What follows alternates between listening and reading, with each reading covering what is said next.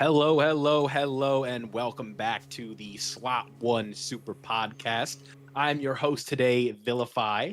Now, I know we haven't been here the last couple weeks. Schedules and stuff haven't really lined up. And today, we are not pushing anything back. We are here to talk about Dokkan. A lot of fun stuff coming up on the board for us. We've got GDC. We've got stuff from last week that we meant to talk about. We have a new event that's being teased, and it definitely had some people a little bit scared, I think.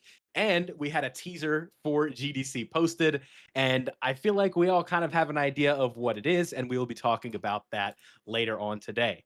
Now, obviously, I can't do this myself. I'm sure you guys would not want to just listen to me for 2 hours, so that's why I have the other co-hosts here with me.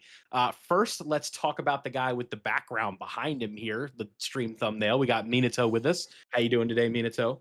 Hello, I'm doing pretty well. I found this Discord feature. I was like, oh my goodness, I get some my own backgrounds. We went back and forth between a few things, and let's just say the guys didn't like some of my decisions, but we landed on the thumbnail. So here we are. I like it. Yeah, Discord's always getting freaky. First it was the soundboard, now it's these little tags next to everybody's name, and now we've got this background thing with Minato. And if you kind of look closely, Minato is Super Saiyan 4 Goku. So he really lines up Look, well. see Super Saiyan 4 is right there. See? But I'm sure you didn't just hear Minato. Someone is making noise there aside. So we have a third person with us here today, and that is Masked Ningen. How are we doing today? Yo, how's it going? Yeah, I'm doing well. Happy to be here. Good to finally get back on and talk about everything that has been going on. I mean, we've had even up to today new hints and stuff, so it's all getting a little bit exciting. So, yeah things are starting to ramp up, and now this is always kind of like a scary time of year because people like to doom post, right? And because this year, I feel like with the we'll call it the hype stretch of releases, things are a little bit scary. But before we get started with everything, I want to remind you that if you want to help support the podcast and have any questions, comments, shout outs, all that fun stuff, all donations and super chats and comments will be read at the end of the show as always. So, as I mentioned earlier, I basically just called this little section here stuff from last week. And I feel like we should just start with probably the most exciting thing. There are two Tiens. We're going to talk about one of them first, and that is the Summonable LR, the 22nd World Tournament. Tien, pretty fun character. I like his leader skill, and overall, I think they did a pretty good job with all things considered, how the kit of the character is designed, but I feel like the choice probably wasn't the best for most players, but I want to know what you guys think. I'll just say right off the bat, I like the character, but I want to know what you guys think. I mean, I guess I'm gonna say global. Why did I call you global, Nika? Hey, global boy. No, but do you actually have him? Because I actually do not own him, so you might have used him more than I have. No, I didn't. I literally just used for Tao and Tien. I literally just used the free tickets, and then all the other stuff I've done for like testing out their team builds and stuff I've just done on the private server because I've been saving all my stones ready for a GDC. But how many stones do you have? I wanted to let you guys go and use the bathroom real quick, but you got started with talking about if we pulled them. I did end up getting them on the tickets. Okay, nice. Okay. So yeah, I did see that actually. Yeah, damn. Yeah, special Dokkan Day has treated me nice now. Both of the LRs, Khalifa and Kale, as well as Tien, both on tickets. So this is what it's like to be a global player, guys. Like, it's pretty easy. Yeah, okay, man. But no, I think I did do obviously the what's it called? The ticket summons. I didn't really get anything off of them. But Tien is really good as an LR. I think he's just a straightforward. He's kind of a straightforward character, but he kind of just like, again, it's a character where he just like gives himself everything. He doesn't have any restrictions like that. Very free and easy units, very needed for the Tao team as well. I think that's a very nice addition there.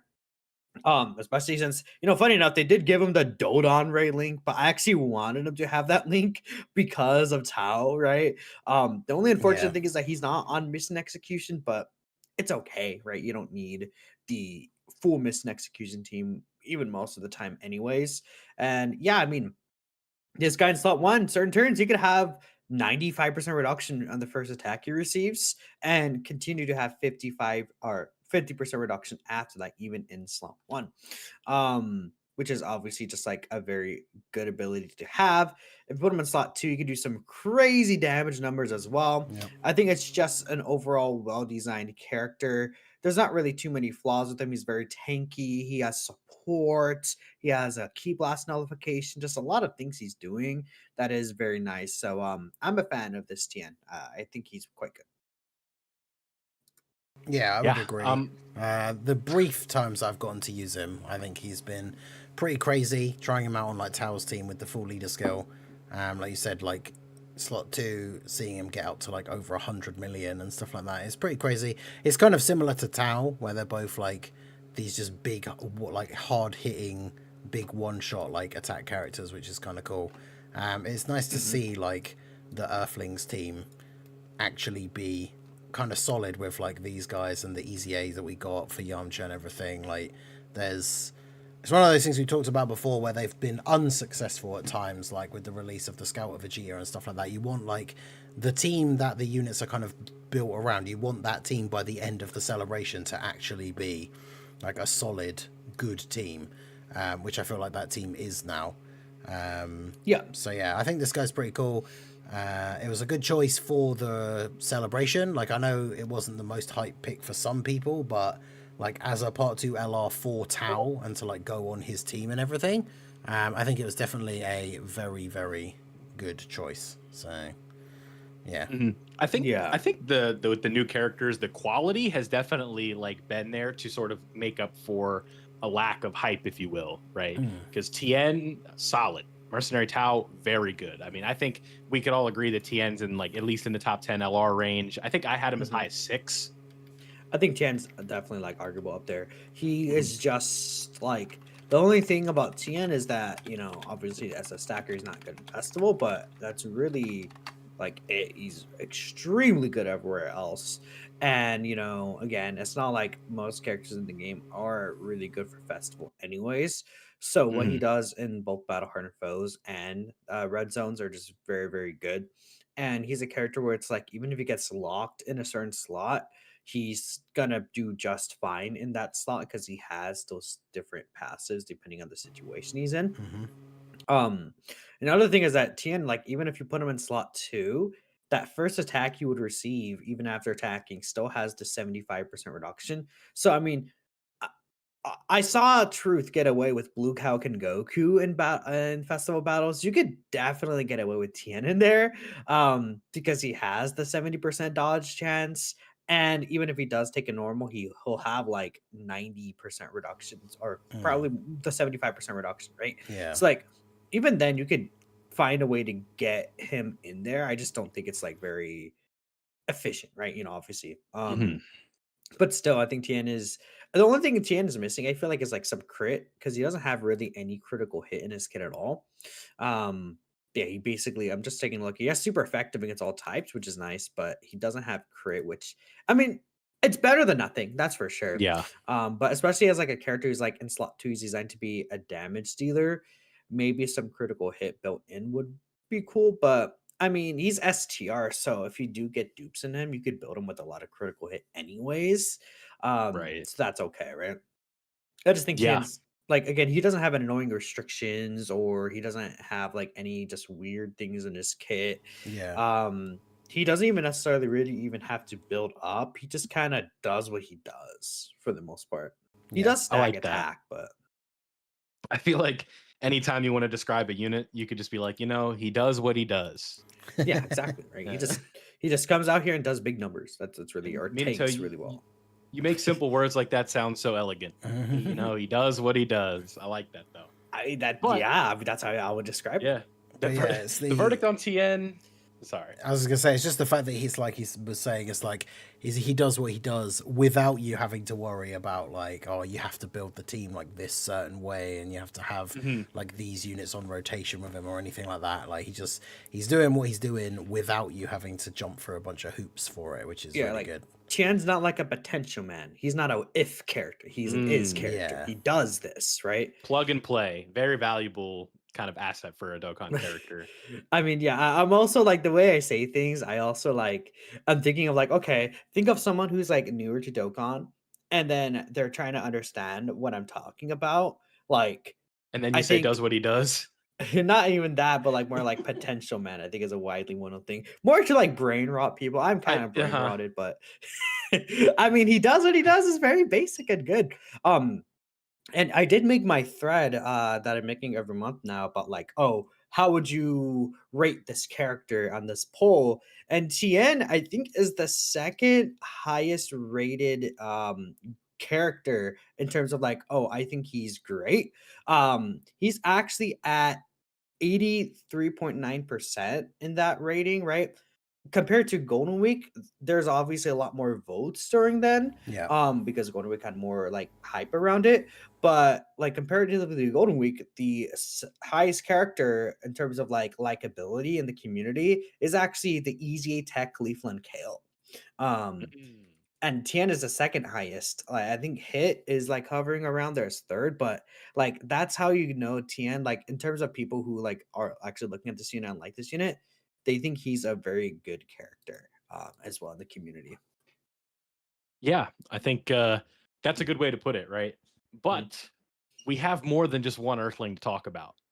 And the next one I feel like we should be talking about is the EZA for In-Yamcha. Now, I'll kind of come out right off the gate. I have not had a ton of time to use this character. And I think I only have him at 69% on the JP. I don't know why. The game's weird sometimes. So I feel like I haven't seen him at his best. But Okay.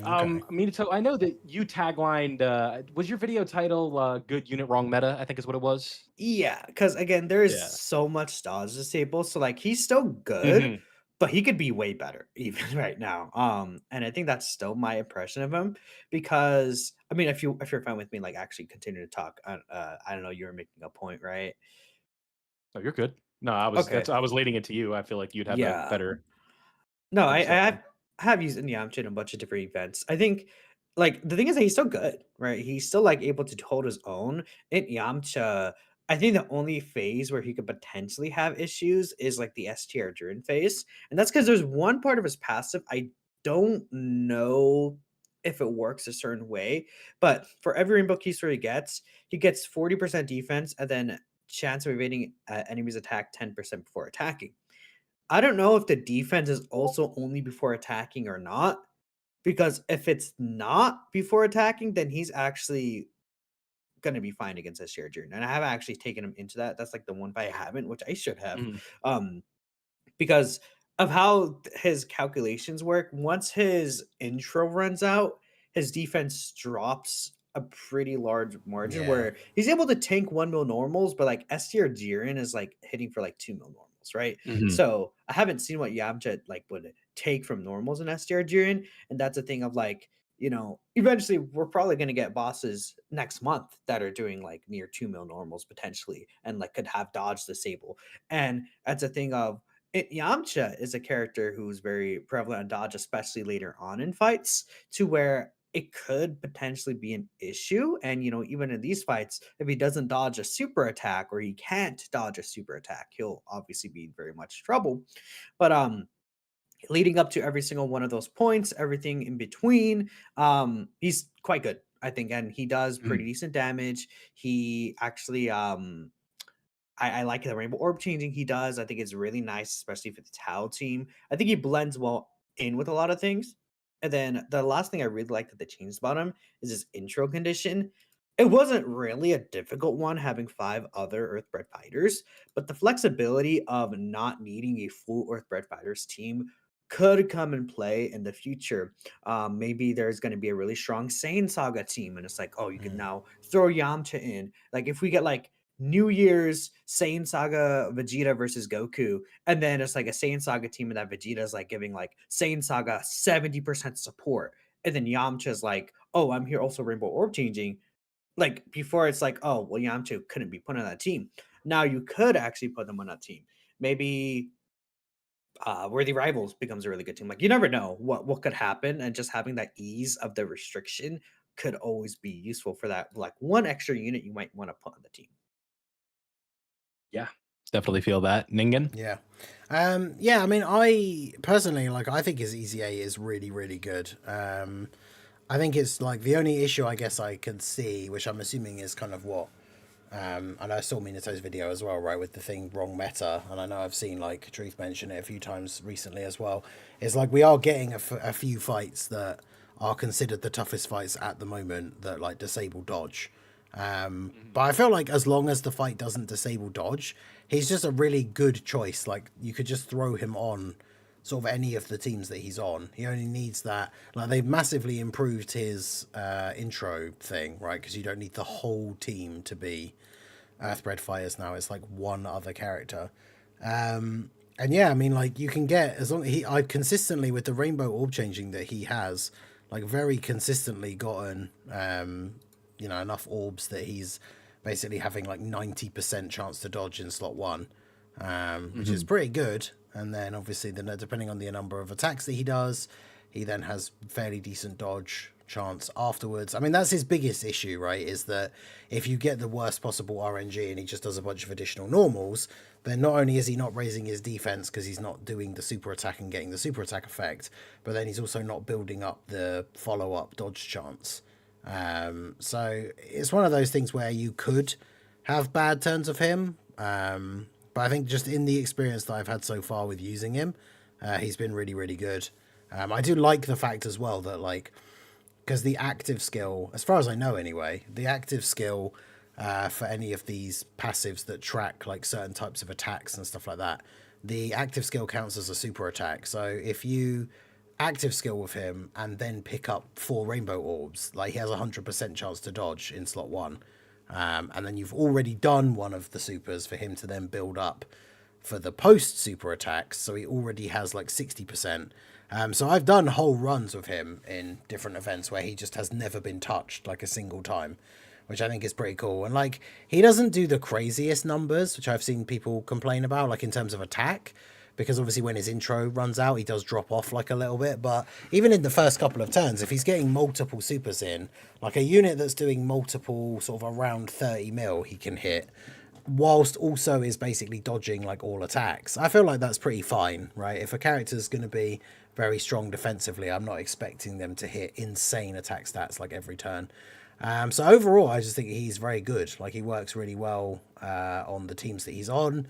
I think the only thing with him is he does have that big thing with like the dodge before attacking, but with one of the big strong teams at the moment being like the Tau team, which gives a lot of these Earthlings like the 220, you're probably just putting Tau in slot 1 most of the time anyway. But I have found like he can be a decent like floater on that team. But yeah, overall, I just think he's a really, really good EZA. I wouldn't put him in the same tier as like EZAs we've got recently like Kale and Caulifla, but I do think he is very, very good.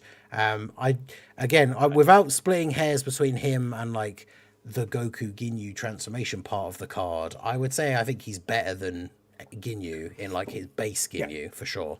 I think he's really good for sure. So I think he's a very good EZA for sure. 100%. Yeah, and the thing about that dodge is that there are some fights that have AoEs, like the Fusion Zamasu fight, or the the new Fusion Zamasu fight, I should say, and the Jiren fight, right? Because the Goku story one, because the Vegeta story Jiren fight has an AoE, and then the Goku story, the Vegeta story Zamasu fight has an AoE, and the Goku story Jiren fight has one. You put him in slot 2, he gets his 2 additionals, but then he dodges that AoE, then he'll get the additional from before attacking, dodging before attacking, right? But yeah, no, I think that's more so intended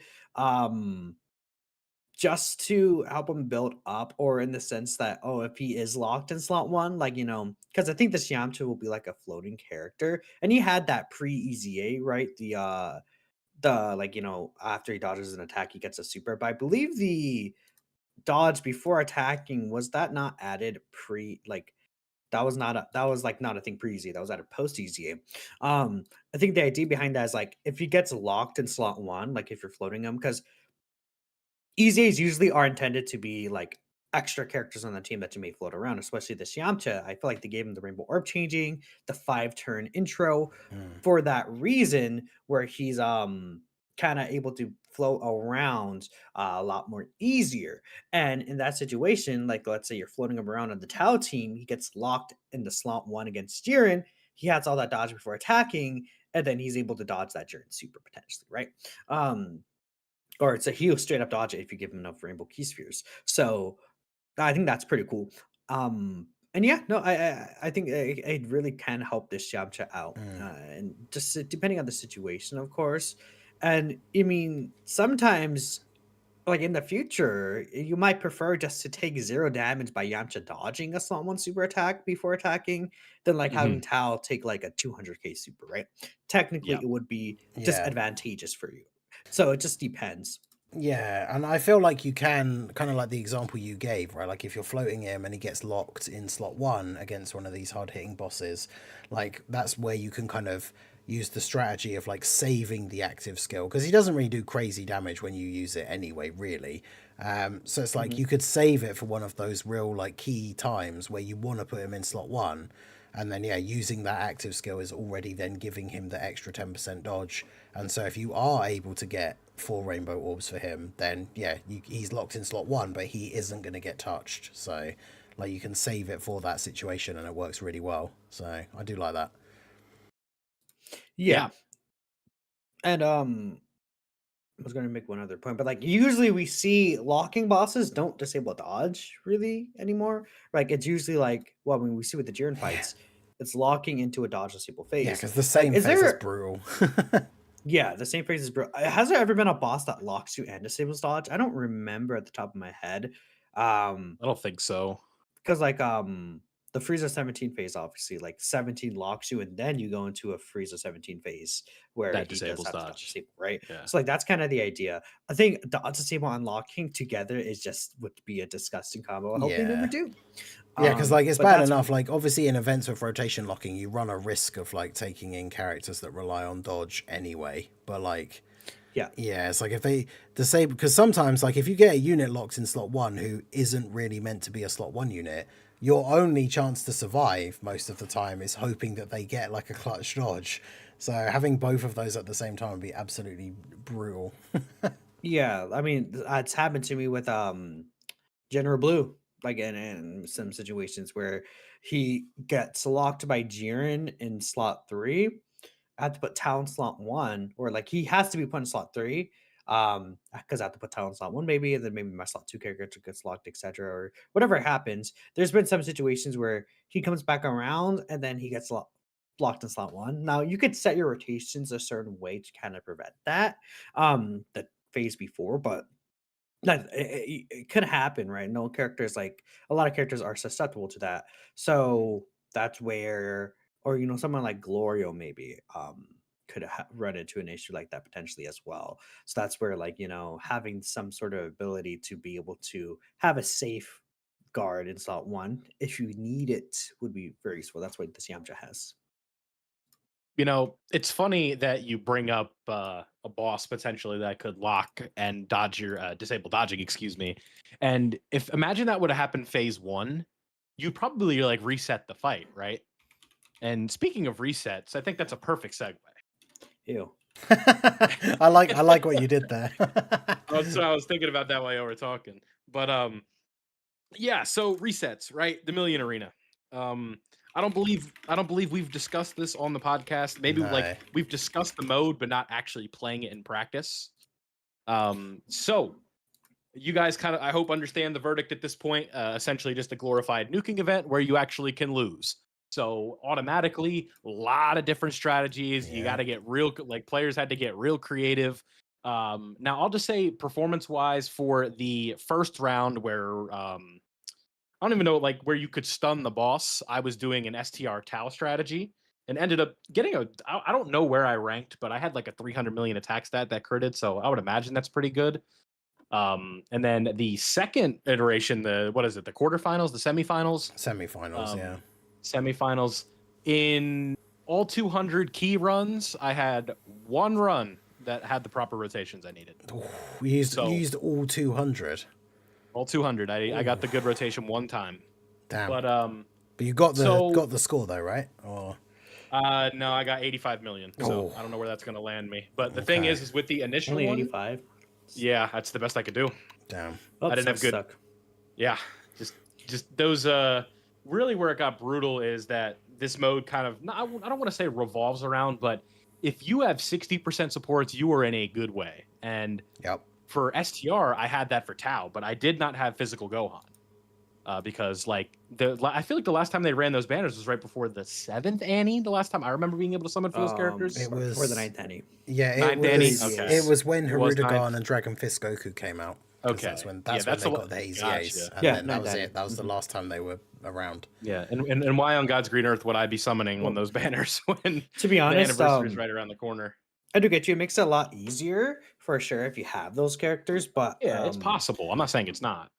I mean, yeah, it's possible without it for sure. I mean, I've seen. I mean, the most recent one that's going on right now, where you need to use Earthbird Fighters, I believe. There's a global exclusive path to do, which is the Super Kaioken Goku.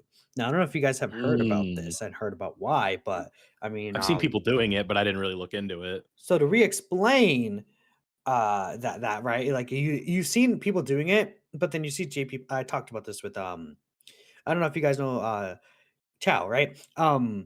Chaotic, and he brought up, oh hey, I did this with Kaioken Goku.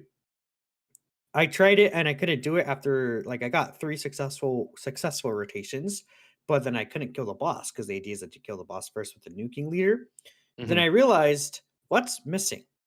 I forgot about this. Globals, Super Kaioken Goku has Fierce Battle. JP's has Shattering Limit. That 15% attack is leaving me to being unable to kill the boss. While That's on wild. global, the 15% attack extra buff is there, and since it's a nuking, like it's the leader skill nuking plus his passive nuking, plus the support, it's all multiplicative. That extra 15% will really matter, which is why links are very important, by the way. Like links make a huge difference because they're a separate phase that's multiplied. But essentially, that is why on JP you actually could not kill the Jackie Chun with Super Kaioken, but on global you could. That's very interesting. You can't actually. Well, you can't kill him at all, can you? Or I don't know how much HP he has. Super Kaioken, you can kill him. Oh right, Super Kaioken specifically. I remember hitting for like the 90 mil, but I don't remember him actually killing him. I thought you still had to just survive. Well, I actually don't remember. Super Kaioken will do 4 supers, and they all do enough damage to kill. Actually, I don't, because I just don't remember doing it now because it was such a pain. But yeah, because the first one you could stun and everything, but you didn't kill, right? It was just a case of trying to survive the 3 turns. But yeah, I actually don't remember if maybe when you hit the 99 million you do actually kill him this time. I couldn't actually. No, it just he does enough damage to kill Jackie Chun, which is really funny. But it's also it's not something that you can do in GP. But the only issue is that there's no the Android 13 movie Trunks friends. You just need to find one of those, and it's very difficult. So you need to hope that you get like a bot friend, I guess, like one of the dev friends. But I've seen it done on global, and then it's funny because I've seen a bunch of JP players like saw Kaioken Goku posted on like the most used characters, and then they're like, "I tried with Kaioken Goku, why can't I do it?" And then I'm just like, "Oh no, they don't know." What I found to be the funniest about them posting like the most used characters was like, I remember I replied to him. It's like people are not doing this right, and it was like just people running the year 10 team. Yeah, the first one for like the preliminaries. It was like, I assume they were only running them for their leader skill, I guess, because like that's the thing I noticed was the big difference between the first one and the second one is because you could stun in the first one. It was a lot easier to run like the nuke leads type strategy. Which then means on the one hand it's easier. I mean, it all involves a ton of RNG, so if you get good RNG versus bad RNG, it's kind of hard to say which strategy is actually easier because it just depends what you get like on the run. But like for the second one, because you can't stun, I didn't use the nuking lead strategy because obviously like if you use the nuke leader, no one on the team can really take a hit depending on where like the super. I think he does usually super in slot 1, but I had multiple runs end because he like randomly supered in slot 3 or something. So in the end for the getting the full 999 crit thing, I used the double physical trio team and basically just used it. And because obviously I'm lucky enough, I do have the 60% supports. So it's just like do the thing where you hit the damage nodes at the beginning, use the standby straight away, like full field of orb change, and then you've just got to hope that on turn 3, like you get that crit with the active skill, with the finish skill. And I think it took me, I did tweet so I could double check, but it took me 57 tries, I think, with the keys. I used 57 keys, but like easily half of those, which is what we can get onto, I guess, when it comes to like once we talked about our own results fully. But like it comes onto that one I hate about the event is that like it took me 57 tries, but easily half of those were click button, go into event, see my starting rotation in the bottom corner, quit event. Like, so it took me 57 attempts, but like half of them weren't even actual attempts. Half like, isn't doing that justice. Yeah, no, exactly. It's got to be like, to me, it was like 95% of the runs were just like, or it's like you get the rotations, but slot 7 is wrong. Yep. What I was trying to do was work through the Tree of Might Goku. But not for damage. Like it was the trio kind of setup, but it was just I saw a thing on Twitter that I tried to copy. It was like Daima Goku, Physical God Goku. That was sort of the setup I needed to do, and the potential was there. I just did not get the RNG that I needed, and like I said, in my 200 attempts, I got 1 with the rotations that were on the tweet. Yeah, it's brutal. So, it's just such like, yeah, that's one of the things. Like I know it's weird because like they give you the single player version that has like the infinite attempts, so you can kind of use it to practice. But like, it doesn't really matter because it's all RNG. Like I got the 99 million in the single player trying the strategy with the physical trio. And then I was like, okay, so this will work. So this is what I need to do. And then, like I said, then went into the actual one and it took me 57 attempts. Whereas like on the single player one, I think it literally took me like 3 tries. And then I got the 99 million with the physical trio active skill. And I was like, okay, cool. This is how I need to do it. And then, yeah, it actually took me 57 keys to actually recreate that setup so that they could get the 99 million, which is kind of insane. Because, yeah, punching bag events have always been awkward with the RNG, but I think that's the thing, that adding that extra level of frustration where it's like, the best way I saw it described is it's like, it's the punching bag event, but the punching bag punches you back. And like the number of people I saw getting infuriated because they'd finally hit like the 99 million and then die. So then you don't even get the score. Like, man, crazy. It just, I think that really kind of like where I'm at with this event is the premise. I really liked the concept of like it being a competitive sort of ladder. It's not like direct PvP where you're just, I mean, at the end of the day, with it being a gacha, right? Like it's always going to favor somebody who's spending. But I liked the idea of competing, and it's not like World Tournament where if you do want to finish number 1, it's your whole weekend. It's gone, and nothing you can do about it.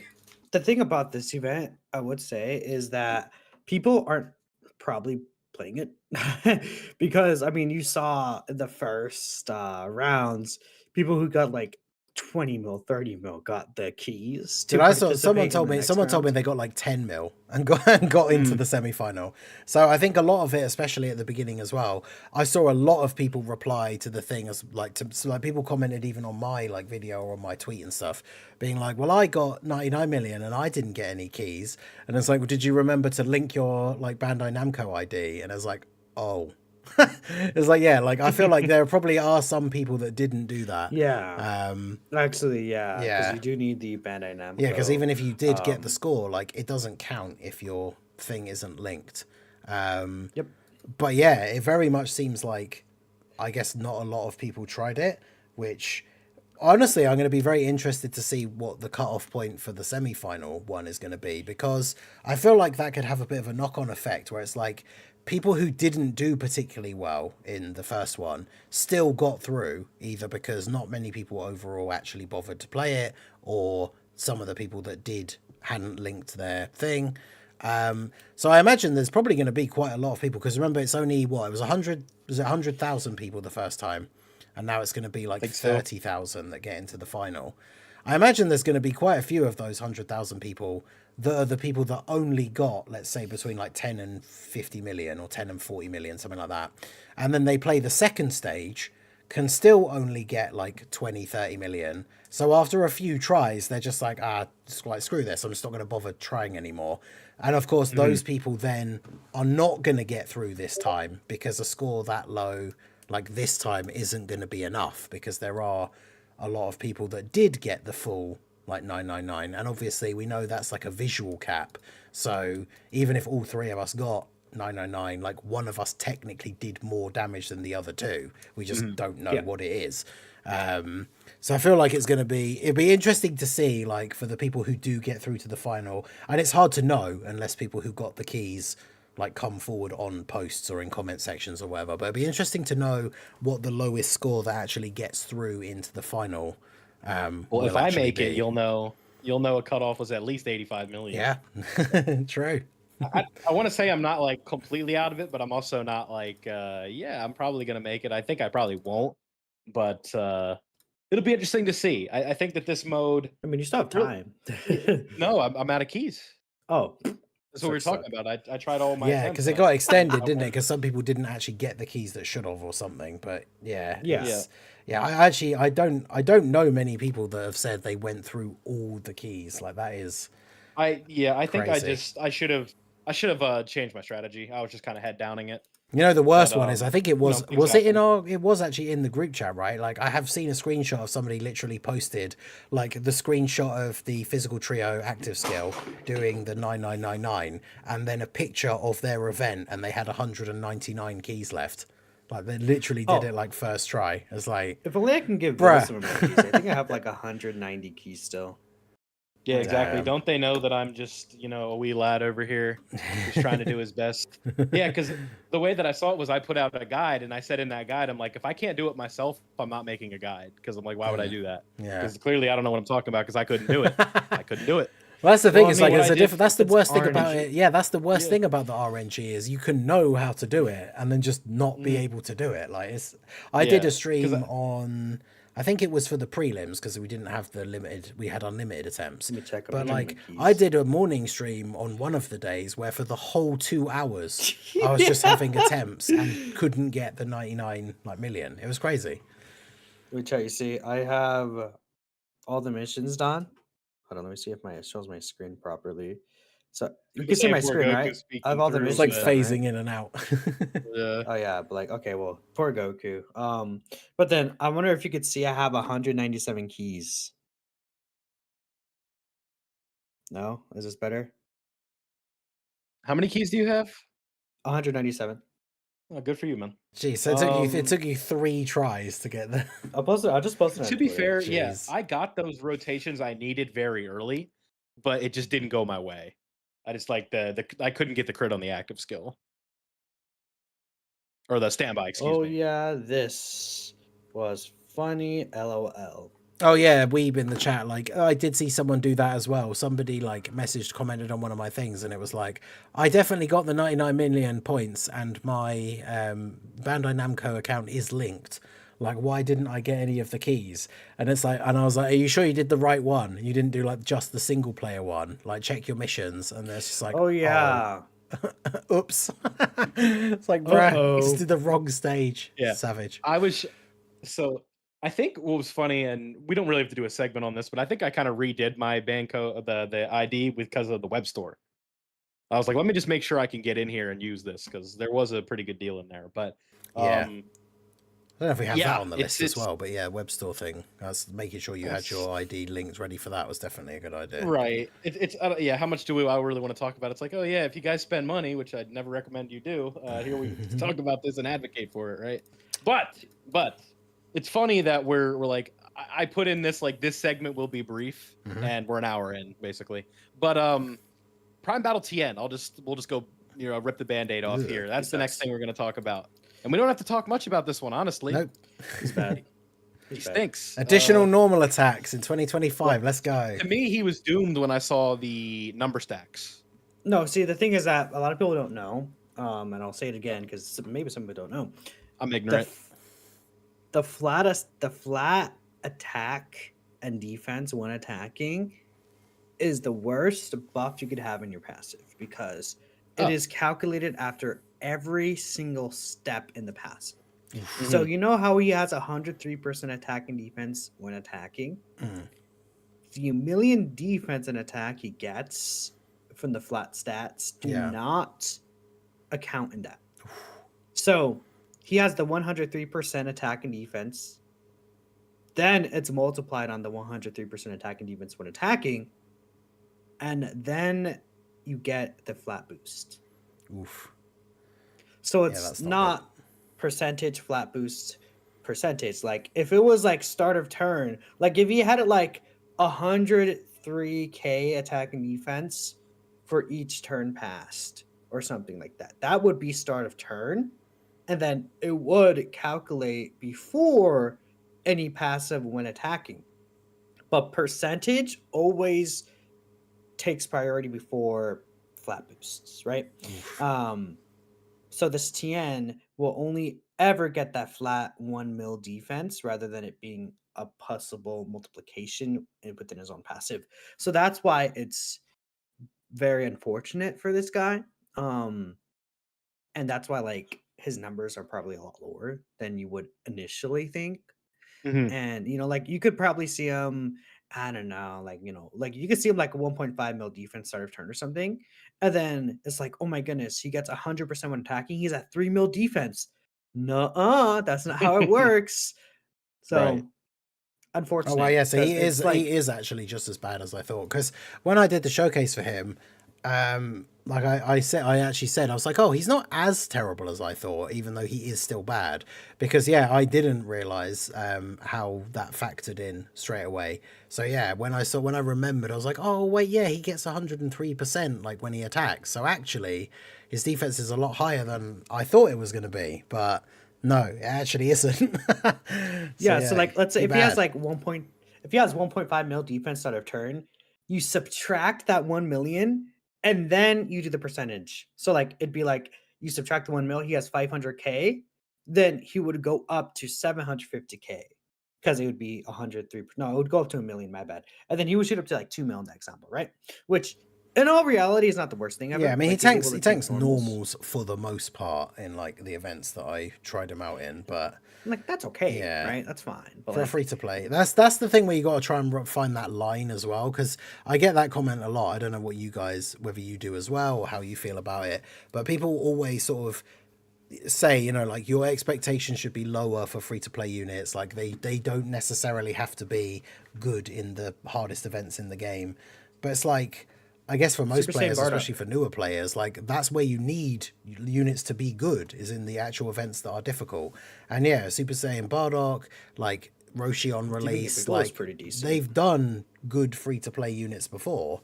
And especially a character like Tien, who's so limited, like so restricted, right? It's not like he's a Goku, so you can throw him on like 50 teams. Like if he's going to be on Earthlings or Saiyan Saga, and that's kind of it for the most part. I mean, you can splash him around with like Earthbred Fighters. I think he's on Final Trump card, but like the teams where he wants to be on, where he wants that those teams want good units, it's just like, why would you run him over some of the other units that are available? And it does I make feel you like- wonder what the sort of like, this is the question I always try and pose, rather than just say like, well, this unit's bad.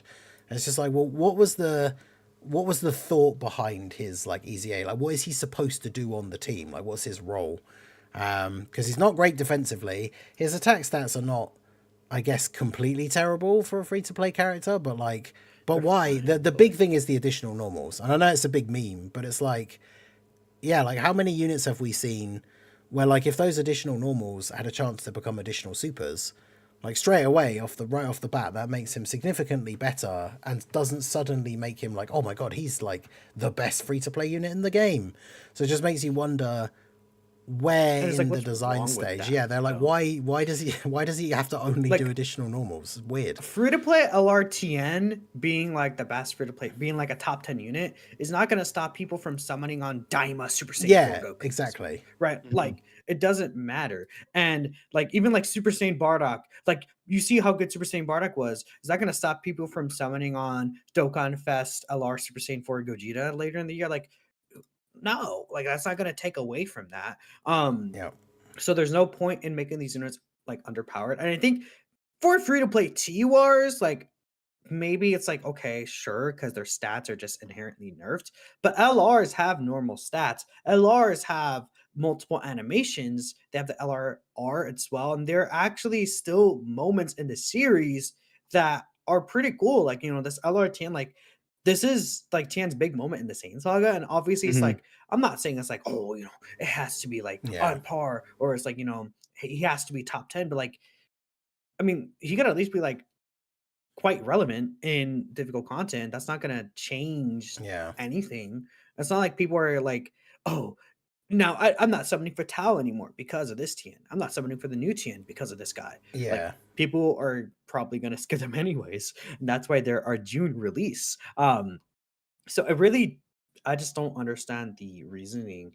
Like, what is he actually providing to the team besides just being a character you just throw there and he's like just okay, just to hide him? Like, he should contribute something that's actually Yeah. like relevant, whether it's in damage, whether it's in a huge defense, support, even just a billion effects characters could do. Like, Yep. look at the free to play Chaozu. Like, he's a character where I look at him like, I could put him on the team and he's providing Yeah. me rainbow orb changing. He's providing me a support active skill. Like, he's doing some of these things that is like, okay, he's actually doing something for the team here. This Tiana is not. Like, Yeah. he's designed as if he's a on rotation character doing damage, but he's not doing that. Or an on rotation character that's like somewhat tanky, but he's not doing that. He's a floating character that you will see once in a while, which already inhibits him from building up to where he wants to be sometimes anyways, right? So it's like, I don't understand the idea behind him. Yeah. It's Right, funny because it's like unironically that free to play Chaozu is probably arguably better than Tien. No, he I is. mean, That's yeah. that's Yeah. that was like we saw the info for him right away, and it was like he's just probably better. I mean, And Chaozu probably could take a lot of normals in the game, and he Mhm. has the active skill buff, Yeah. and he's rainbow orb changing. Like, Yeah, you it's know a what I bit mean? more It's just, limited, like obviously with the extreme class setup and stuff like that, which I think that was my only like thing. I know we won't talk about the Chaozu very much, but that was my only thing I was a bit disappointed with him, because obviously for like the Tau team, you can run some really good options on that team that are super class, like Glorio or Path to Power Kid Goku. So that Chaozu wanting like as many extreme allies as possible is not ideal, but he's a nice little free to play unit, which I think, as we're saying with Tien, like that's what you want. You want a unit that you can put on the team that serves a purpose, whether it's giving support or whatever it is. Whereas that Tien feels like he just doesn't really fit in very well. And somebody pointed out in the comments as well the fact that for the worldwide celebration, and we hadn't had one for ages, like we got a Prime Battle LR with the Bio Broly, who they EZA'd straight away as like a big thing for the worldwide celebration. And I would say, like, obviously on release for the meta that they released in, like that Bio Broly is way better than this Tien like EZA is. Yeah. Which is just like, and we're how long ago was the last worldwide? We're like 9 months from when Bio Broly came out, probably slightly longer. So like, why is he this undertuned on release? It's just very, very odd design choice for him. I don't know. It's unfortunate. But super easy in like 5 years, we'll see. But You out of yeah, your mind. I mean, yeah, I just very unfortunate for this Tien. It is what it is, though. I mean, yeah, it's kind of where I'm at with it. It's like, if a free unit is bad, especially like this, where it's like, it does suck, but like, can't be like the most super disappointing thing ever. I mean, at the end of the day, in like a week, people are not going to be thinking about Tien. So. Yeah. Right. Okay, so that's all the stuff from last week. Basically feels like an episode, but we had a lot to go over. Now we can kind of transition a little bit to what's going to be, I don't want to say make or break, but pretty damn exciting for Dokkan, and that is the Global Dokkan campaign. And the countdown is about to begin. And first up, I want to talk about the loading screens. A little note I left here was that it's not too obvious, but there's a pretty strong feeling where sometimes, we saw like when we had the Namek Worldwide Download celebration, right? It was like, okay, the countdown images were literally just the journey to Namek. So you guys know how it goes. And with this one, it's interesting. I think when it comes to countdowns images, like you can make a lot of theories about things leading up to it, but really it's the last 3 days that I find are like the most telling of what's going on. And you could definitely say a lot of things about it, but it's really the countdown images tied with the teasers we've gotten that really leads to my conclusion. So that's why I'm like, I kind of discussing the countdown images by themselves. Like you look at them, and obviously, looking at them first and foremost, they're very scattered. It's like OGDB into Saiyan Saga Hmm. into Majin Buu Saga. Which, by the way, I should point out that Purunga at the end is the Majin Buu Saga wish Yep. from where Goku gets all his ki back, right? It's like you look at that, it's like so random, but again, I really focus on the last 3 days, and then with the teasers going on, like I think it's pretty clear to me that it's a continuation post Majin Buu Saga into Daima, but Hmm. that's Yeah. the popular theory, regardless, for Yeah. a good reason. So Yes. Yeah, I would agree. It is a whole. It really is kind of just like a whole thing where I'm kind of just like, we got to get the Super Saiyan 4 Goku going. Is personally, I don't want a repeat of what we saw with Beast Gohan, and it has nothing to do with unit kits. It has everything to do with anything they do is going to be marred with. But why is this not Beast Gohan? And that's at least how I felt about it. And then it doesn't help when it's the cherry on top is we get a transforming character that's not really transforming. because the thing is that, I mean, I'm going to be completely honest here. People want adult Super Saiyan 4 Goku. That's what Yeah. people want. That's what people are looking forward Yeah. to. All my comments, even if Yeah, I I'm mentioned not- mini Super Saiyan 4, people were like, mini Super Saiyan 4 is cool, but I don't want him. I want adult. Like, I'm sure, Bill, you've seen that in your comments. I'm sure, Negan, you've seen that. People in here Not watching really. the stream probably do agree. That's But what yeah. I see. I mean, I Yeah. see, like, whenever like, when I made the theory, or not the theory, when I covered the image that came out yesterday, the hints, like, people are like, oh, I don't want mini though. I want adult. And like Mhm. there's so many comments and so many. Yeah, because like Even I in feel the like Easily side. be both. yeah, I feel like the like, newest in hint one we've unit. got, like with everything I put hope together, not. kind of points more towards mini, but Mhm. obviously it depends because I think so, that's the thing. They too. can always go the route of having like mini in part 1 and adult in part 2, which I know we can discuss, Or just adult a little bit later. later, right? or adult I even hope later. not. Yeah, I think um, I feel like if they drop Diamond now and don't drop adult Super Saiyan 4 in the celebration, it's gonna be potentially an issue. Where it's like I put the background as a city, but I don't really think it worked that well. Like the little hint teaser. You should show the viewers the background that I suggested for you. No, not right Why now. not? But not right now. What's it called? I forgot my point. No, but it's like a thing of I think that's what people are looking forward to. When people are talking about Daima and like they want Daima, they're really most people are talking about they want adult Super Saiyan 4 Goku, and they won't really care whatever else comes as long as there's adult Super Saiyan 4 Goku. I'm interested to see people's reactions to mini Super Saiyan 4 Goku being shown. Because I mean, brace yourself, guys. There's going to be a lot of people who are upset that it's not adult Super Saiyan 4 Goku. We're going to see tons of negativity about that. I guarantee you, if it's like part 1 announced, it's Goma and Super Saiyan 4 Mini Goku, there's going to be a lot of upset because that's not what people necessarily are looking for. I think Mini Super Saiyan 4 Goku looks great. His animations are great, but that's the thing there. Can I say something real quick before you like? No, do you know I how- pretty much finished. Do you know how excited people were when they found out that Super Saiyan 4 was basically canon, even if Goku was small? yeah. Nobody cared. Yes. I mean, back then, yes, that's when Daima Right. was fresh. But now they got really they got the fresh. taste of it, right? Yeah. They're like, oh, but we know there's something better, quote unquote.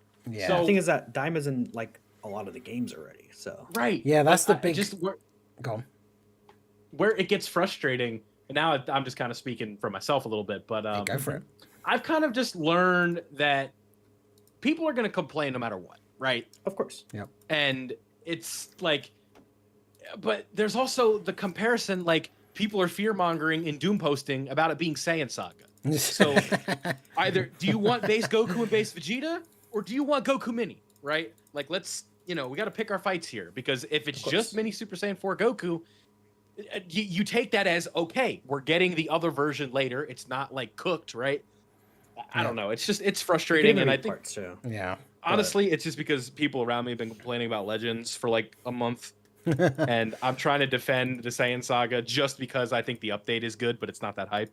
Anyway, Well, but there's that's a beside reason the why point. I mean, when we talk about Legends, there's a clear reason why they waited for part 2 with the new land battles and the new mechanic to drop Saiyan Saga. Saiyan Saga is really nice. Like, I love Saiyan Saga, but there's a reason they did that, and people are just oblivious to the reality of things. Like, we all know Saiyan Saga is really good, Yeah. but does it sell? Yeah, exactly. Maybe the That's best the thing. anniversary headliner choice wise, like the 7th anniversary, like, you know, they tried to sneak in Saiyan Saga for part 2, but like that can work because of how exciting part 1 was. Mhm. With Legends, it's a little bit different because they felt that part 1 was underwhelming. So it's like you have a super fun part 2, but it's not the characters you want. The thing And is, so sorry. go on. No, I'm sorry. And in the case of this, where it's like I don't think, like, because I've always been saying this, right? It's like there's no way that Akatsuki has the stones, no pun intended, to be like, yeah, like let's open up a headliner here with Saiyan Saga, because you look at the past, look at worldwide download celebrations, look at anniversaries, they don't lead with that nonsense, right? It's always Super Saiyan 4s, it's fusions, it's, if they're gonna go with a base Super Saiyan, it's the Super Saiyan Goku, right? So where these things get frustrating is like people being scared and fear mongering about it being like, what if it's UI and Jiren again? Which I love UI, but they're obviously not doing that. That was Yeah. I saw that one. That was a troll. joke, but Yeah, okay. I think there's 2 other theories. I think if you ignore the teasers, that I think could actually fit in with these colors. That is Goku and Frieza, and that is Vegito and Rose. Yeah. That's the only 2 Yeah. other ones I could see. Yeah, but I again, think I said in my video. Daima's not in the game, man. Yeah, like I said in my video today, if we It's- didn't have all the other hints and all the things that we've had so far, like building up this kind of expectation for Daima, like if it was just a random, you know, we were like a week before Golden Week or something and we hadn't had any hints yet or anything, and then they posted this image, like I probably would be straight on board. They're like, oh, they're doing Vegito and Rose again, because for whatever reason they love putting those 2 together as a dual Dokkan Fest, even though they didn't fight each other. Because yeah, like it certainly has that sort of not visual sort of, straight away you think of like Rose, Vegito Blue, or you know, maybe Rose versus Blue Vegeta, which would be a cool dual Dokkan Fest at some point, but not like a massive headline, massive celebration. Yeah, there's like a couple of things you could think that it could be if it wasn't for everything else that we've had so far, I think. And for me, this is just another like, yeah, okay, it's got to be Daima. Like I saw people replying in the comments all the different things, like obviously when he has the first transformation as the mini Goku into Super Saiyan 4, there's the all the energy swirling around that is essentially like blue and red. There's even the bit where mini Goku is fighting Goma and it's all like key colored so that like he's red and Goma is blue. Like they're very much this like red and blue like thing going on for that. And yeah, I think like at this point, you know, we've had so many different hints and clues. I've been saying for a long time, like people have wanted Daima to come for ages. Like people were disappointed. Like a lot of people were saying like Daima for Golden Week, because I think a lot of people were not expecting and are still maybe not expecting for GDC, I don't know, for them to go all in where everything is like every character from Daima. So like Golden Week would have been a good place to kind of start putting in some of the characters, like having the mini version of Goku and then having the adult one come later and stuff like that. Because I think one of the big things, when you started saying, Vil, about the Beast situation, I thought you were going to say, and it's probably included in that as well, the fact that we didn't want a repeat of the Beast situation in the sense that, like, Dokkan was basically the last game to get Beast Gohan, which was it became a meme like, for ages, right? Yeah. Like, every other game had a playable Beast Gohan, and Dokkan didn't. And I think we actually are at the point now, because the mini Goku, at least, I'm not sure about the adult one, but the mini Goku and like the Super Saiyan 3 Vegeta, they're in Sparking now, right? Aren't they? And like Super Saiyan 4 Goku's in Legends. Like we basically are at the point now again where Dokkan is like the only mainline game, especially one that makes them so much money, that doesn't have the Daima Super Saiyan 4 Goku in it yet. Sparking does not have him yet. Okay. The Super Saiyan 4, but it's the next DLC. Right. Because So, it's Xenoverse, it's that they are already in as well. But like, yeah, which is also crazy. Like that game will never die, and yet like that game already has Daima Super Saiyan 4 Goku, right? And Dokkan doesn't. So I feel like at this point, with all the hints and like how long we've had to wait to get to this point, like whilst obviously Dokkan can always surprise you, and I've said this before, like I will never ever say something is like 100%. Like even with all these hints, like I'm sure it will be Daima. I'll never say it 100% because they could surprise you, but like the way I look at it at this point is if it's anything other than Daima, like I would be incredibly surprised. Yeah, I think the thing is, it just. Well, I mean, them waiting so long to drop any Daima stuff throughout the rest of the year after Daima Vegeta and the Glorio and Goku, it's like very strange because all these games are dropping tons of Daima stuff throughout the year. Obviously, Dokkan is saving Daima stuff for something, and this major celebration is kind of what that is, right? Yeah, you could say the same thing during the 2022 year where people were thinking superhero was going to be a worldwide celebration. Um, Hmm. sure, right? But like, I think that it's a little different this year because we already actually have Daima stuff from months ago. And it's already been, I mean, when did Daima end? Like a year ago almost? Like, Has it been that long No. already? No. No. It was like in the spring of oh this yeah, year. it was early this year. Yeah, February 28th. My bad. I'm really stupid, chat. I mean, that's four. But it's That's been still a few 4 months. months That's today. 4 so months, it's the 28th right? today, right? So that's 4 months A today. year ago. Dude, my time perception is just like warped. Disgustingly bad. This year feels like it's been so long. Ooh, but like we don't have like Diamond Super Saiyan 4 in the game, and it's like that's a thing. That's like this new, brand new stuff. It's brand new stuff that should be represented in the game. Brand new crisp animations that we don't have. And I don't honestly. I think that if they don't drop Adult Super Saiyan 4 Goku here, a lot of people are going to be disappointed, even if it's not in part 2. Like if they don't drop Adult Super Saiyan 4 Goku in this celebration, that is low key like a fumble. Obviously it's still going to be a really good celebration, but that decision specifically, I think that they should, in my opinion, Adult Super Saiyan 4 should drop in part 1. Like even if it's like mini Super Saiyan 4 Goku part 2, or at the very least he should be in the second half. Like having Adult Super Saiyan 4 Goku headline a celebration would be really good. Even if in the worst case scenario it's 11th anniversary, sure. But I just like that would be them waiting a year to drop Adult Super Saiyan 4 Goku in game. And that is just crazy. Like a year after the anime Yeah. ends, imagine them waiting to drop the thing that people are looking forward to the most. Yeah. I wouldn't understand the thought process of like them willingly choosing to do that. Yeah. Like Yeah, because I like really Legends don't. jumped straight for the hype, right, and have adult Super Saiyan Goku before Mini Goku, and he's been out for quite a while in Legends now, right? So Yeah, I Yes. mean, Legends usually does do that. They kind of just like jump ahead of the gun and just drop. Yeah, look the at Beast character. Gohan. Yeah, they did the same thing with Beast Gohan, right? Didn't do a good GW though. I mean, yeah, that was that. They learned from their mistake very clearly. And Dokkan, I just really do not see them waiting for that at this point, right? Like, if it was a thing of this is celebration was an entirely different theme, yeah, but if it's going to be a Daima celebration, I think they should just go full on with Daima. I think they Yeah. should do full Daima and just drop as many Daima characters as possible because of how, like, if they wait another, how many months will be the anniversary? 6 months?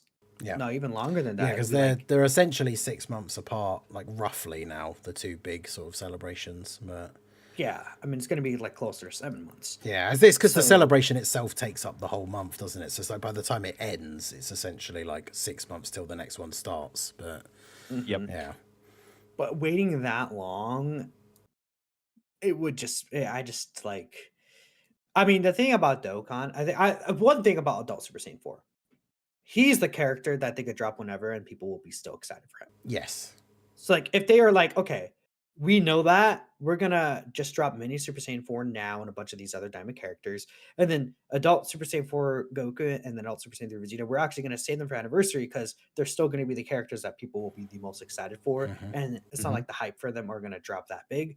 But I still think that's dumb. I think that they should just Yeah. do that, but that's a whole other topic.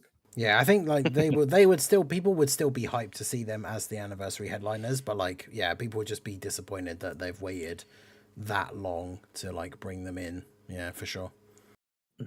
Yeah, things get a little bit silly. But yeah, so like I feel like we've kind of talked. I don't even know. Like, I guess briefly, what we could do is just kind of say like, we'll go with part one because so much could be changing with part two. But who do you guys have for your predictions for part one? Like, it can be basic, like right. You don't have to go with a hot take, but I guess I'll start. I'm thinking just like we'll go real cookie cutter, right?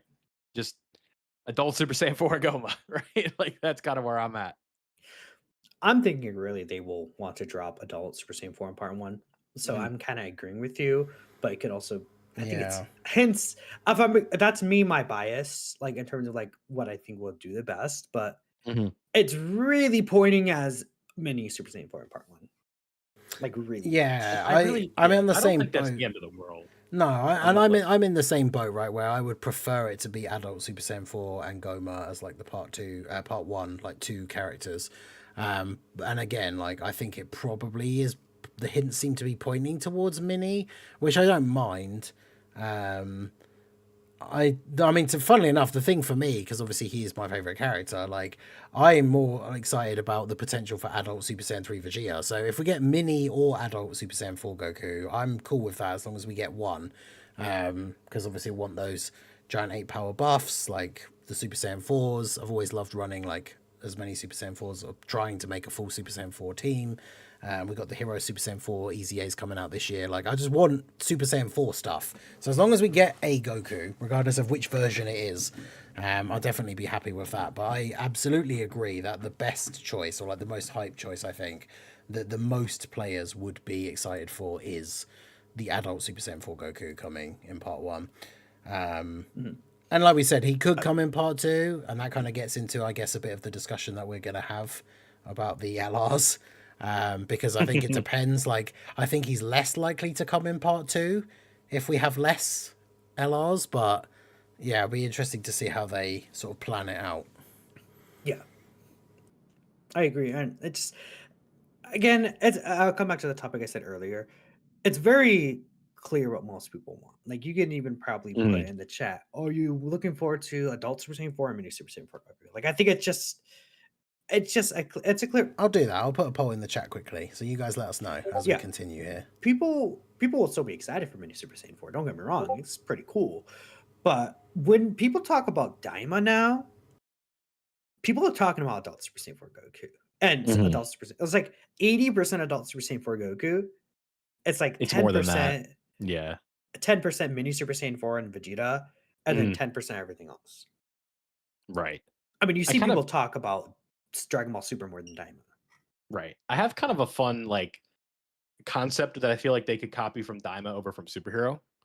And here's just like I was talking about this earlier on my video today. It had nothing to do with GDC, but like imagine that they kind of handle Majin Ku and Majin Du like they did the Gammas, where we see like a funky little dual Dokkan Fest where they're on the same banner, and then later on down the line we see like a reversible exchange LR later on. Or it's like a standby skill that they would have, and then the finish animation is obviously what Majin Ku does to Goma. I don't know. I think that's cool. Yeah, that was one of the Gamma style things is kind of what I was thinking for if we were thinking about the celebration being full Daima, is I thought like that would be something interesting they could do, because we've got, when you think about the big characters, unless they're going to do the double Gokus, like do both versions, it's like you've got Goku, you've got Goma, you've got adult Super Saiyan 3 Vegeta, and then it's kind of like, well, who would the other unit be?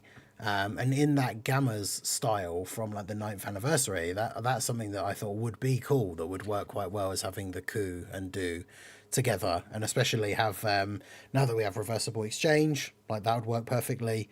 And obviously give is it Du is the second one, right? Give him the Super Saiyan 3 transformation as his active skill, because we love that. Cool. So yeah, I think they would work really well, as like they would be very similar to, because I'd see some people saying like, oh, would they really make them like one of the LRs? But I could very much see them being in that sort of like Gamma's spot that they got in the 9th anniversary, where it's the two of them together. And especially now with the reversible exchange mechanic, like I think that unit could be really, really good. I agree. And because you just make them the carnival, so they just get like a 220 lead, you know, especially if it's something, not, I don't want to say generic as if it's a bad thing, but if it was something like artificial life forms, because then that gives them a lot of scope for their team. You can run them with a bunch of the other margin, like the actual, all the boos and stuff. Like, I think that could be really cool as one of the units for sure. I like it. I like it. Yeah. It sounds good. Well, with all of that being said, we will find out almost most of the stuff that we will want to know with this initial broadcast on the 2nd of July. I don't know how much we're going to be seeing of that. I think what they would just kind of do is I just think like we'll just show the card arts. Well, show that's what I was yeah, thinking. I think it'll 'Cause be it's like not gonna be Because we have a stream on the 5th. yeah, they'll confirm the theme, and then I think if we're lucky, Yeah. we'll see like the card arts and on maybe at a push like a tiny snippet of like So- an intro, maybe. But They could show like Yeah. a little bit of animations, Yeah. but we're What definitely they- going to see card arts because they said they're going to reveal characters. right. What they shouldn't do is say, let's do a round of applause check for who we want to see. They set up Goku and Frieza and maybe the worst setup of all time. Or was it Goku and Frieza? Yeah, it was. Yeah, They're like, here's Super Gogeta, here's Father Son Kamehameha, here's Goku Frieza. Who do y'all want to see? yeah. I wonder. But yeah, the I love that in the script for that. They're like, because the applause for all three was so loud. It's like 4 people clap for Goku and Frieza, man. You're not fooling nobody. Anyway. Yeah. Should be able to see some fun stuff. And I don't really know why I put this on the list next, but there was also a new event. I don't know how long you guys want to talk about this, but immediately people got scared because it was Goku and Piccolo from the Raditz fight. And that was like, no, not Saiyan Saga. The event hasn't dropped yet, right? It drops on yeah. the 30th. What's so funny is that we literally it only took a day or less than a day because we saw that image in the thing and it was like, oh no, it's like Piccolo and Goku on the like thing, and it seems very clear that this is the Raditz like Saiyan Saga fight. Like, what does this mean? And then when the data download happened, and you can look at the event, and the event has 2 stages, which is Piccolo and Goku from the Raditz fight, and then Goku and Vegeta from the Kid Buu fight, and it just immediately 180, like we just immediately course correct back to just like the loading screens and everything. It's like, oh, so it's just the whole of Z up to the end of the Buu saga, which again points to Daima. So it's funny that just seeing like the image for the event, yeah, lots of people were like, oh, it like, is it actually Saiyan Saga? But then when you see the stages, it's got the Saiyan Saga stage and the like end of the Buu saga stage. So it'll be interesting to see what the event is like. It doesn't look like it's going to be super, super difficult. We haven't seen the stats for the bosses in terms of how much HP and how much damage they do, but I think they're both just like 2-phase fights. Pretty simple, straightforward mechanics. There's nothing crazy. I think one of them disables dodge, but there's nothing super insane like locking or anything like that. And there's missions to do certain categories. So it feels like one of those ones that's going to be a sort of mid-level. I don't expect it to be like, you know, toughest red zone level difficulty, but just a cool little thing as part of the countdown if we really are getting Daima that just goes through the beginning and end of Z as like a cool little challenge event, which I think is cool. Mm-hmm. I mean, yeah, it looks nice. And usually the countdown events aren't something majorly difficult, like you said. So I'm not expecting too much from it, but we'll see when it actually drops again. It might just be a tone setter for like what's to expect. Maybe GDC doesn't give us any harder fights than the anniversary, which is not out of the question, but sometimes it is. I will see. We'll see, right? It just depends on how good the other LRs or the LRs are. What we need is hopefully we get a new number 1. It's going to be tough to top Vegito, but we'll see. I think they can do it. It just depends on how they shape the content. Yep. Really, because they could like make like it could be just like really short content, and then like if Vegito can't get out, it's like okay, exactly right. Like a boss that hits for like 4 mil turn 1. right. So yeah, I don't think there's really too much to talk about with that, other than they just told us that there's a new event coming. Hopefully, it's exciting, but we saved a special little treat for you guys. I feel like Ningen and Minato, they seem to be a bit more invested in this one than I am. I'll kind of just give my take at the end, I think, because it's like I just kind of want to let them go because I didn't really form an argument for this, but I was like, you know what, I'll have this segment close the show because you guys like to have been talking about it. But you may be asking, Mr. Vilify, what are you talking about? Well, we kind of hinted at it earlier. The discussion of whether or not GDC should have 6 LRs akin to the 10th Annie, or it should be more of a Wait, what is Ningen doing on the screen? I don't know. Are I we was okay? like, We're all what good. was that? I heard, gone. I'm like, did I say something? Am I No, cutting not out? you. You can keep going. All right. Well, Yeah. we're gonna reset that whole thing. No, I'm kidding. Well, so like 6 LRs, similar to what we saw with the 10th anniversary, where it's 3 per part, or more of a traditional anniversary / worldwide download celebration, where it is the 2-2 format for 4 LRs. Now, I know there's again we have 2 sides of this fence here, and I'll Yep. sit on the fence for lack of a better word here for now, and then I'll kind of tell you where I'm thinking at the end, because obviously my opinion is the most important. Duh. Definitely. You're the tiebreaker. So we have to Yeah, convince you to our exactly. side. Exactly. Yeah, you know what? I'll go in completely neutral, and I'll hear the arguments on both sides, and I'll just pretend that I didn't have my mind made up, and we'll kind of go from there. But Sure. you really can't go wrong. But I Either definitely way. have like a preference, but I'd like to hear the arguments. Yeah. I mean, Negan, I know that we were talking about this earlier. I don't know if you wanted to go first or I can go first. It's Yeah, I mean, I don't mind. I mean, I talked about it so I made a video about it today talking about the exact same thing.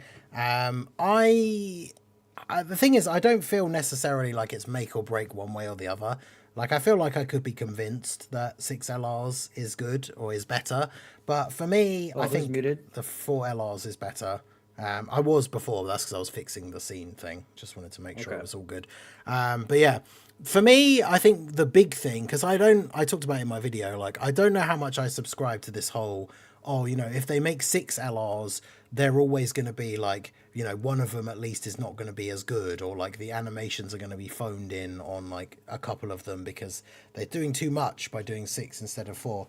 I don't think that's necessarily the case, because I think, as you have pointed out, and like we were both replying to a post, I think it was on Toon's thing or something, or it might have been your retweet of Toon's thing, where it's like, we've had releases before where we only get 2 units or 4 units and one of them isn't good or one of them has bad animations. So it's not necessarily always going to be the fact that if they bring out more units or less units, that means one of them is not going to be good or anything, right?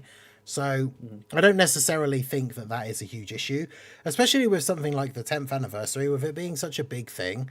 Like, you would assume they probably had a slightly bigger budget, potentially had extra staff. Like, I don't think it's a case of, you know, they had their usual budget and staff level and all this kind of stuff for 4 LRs, but were like, well, we're going to stretch that and make 6, right?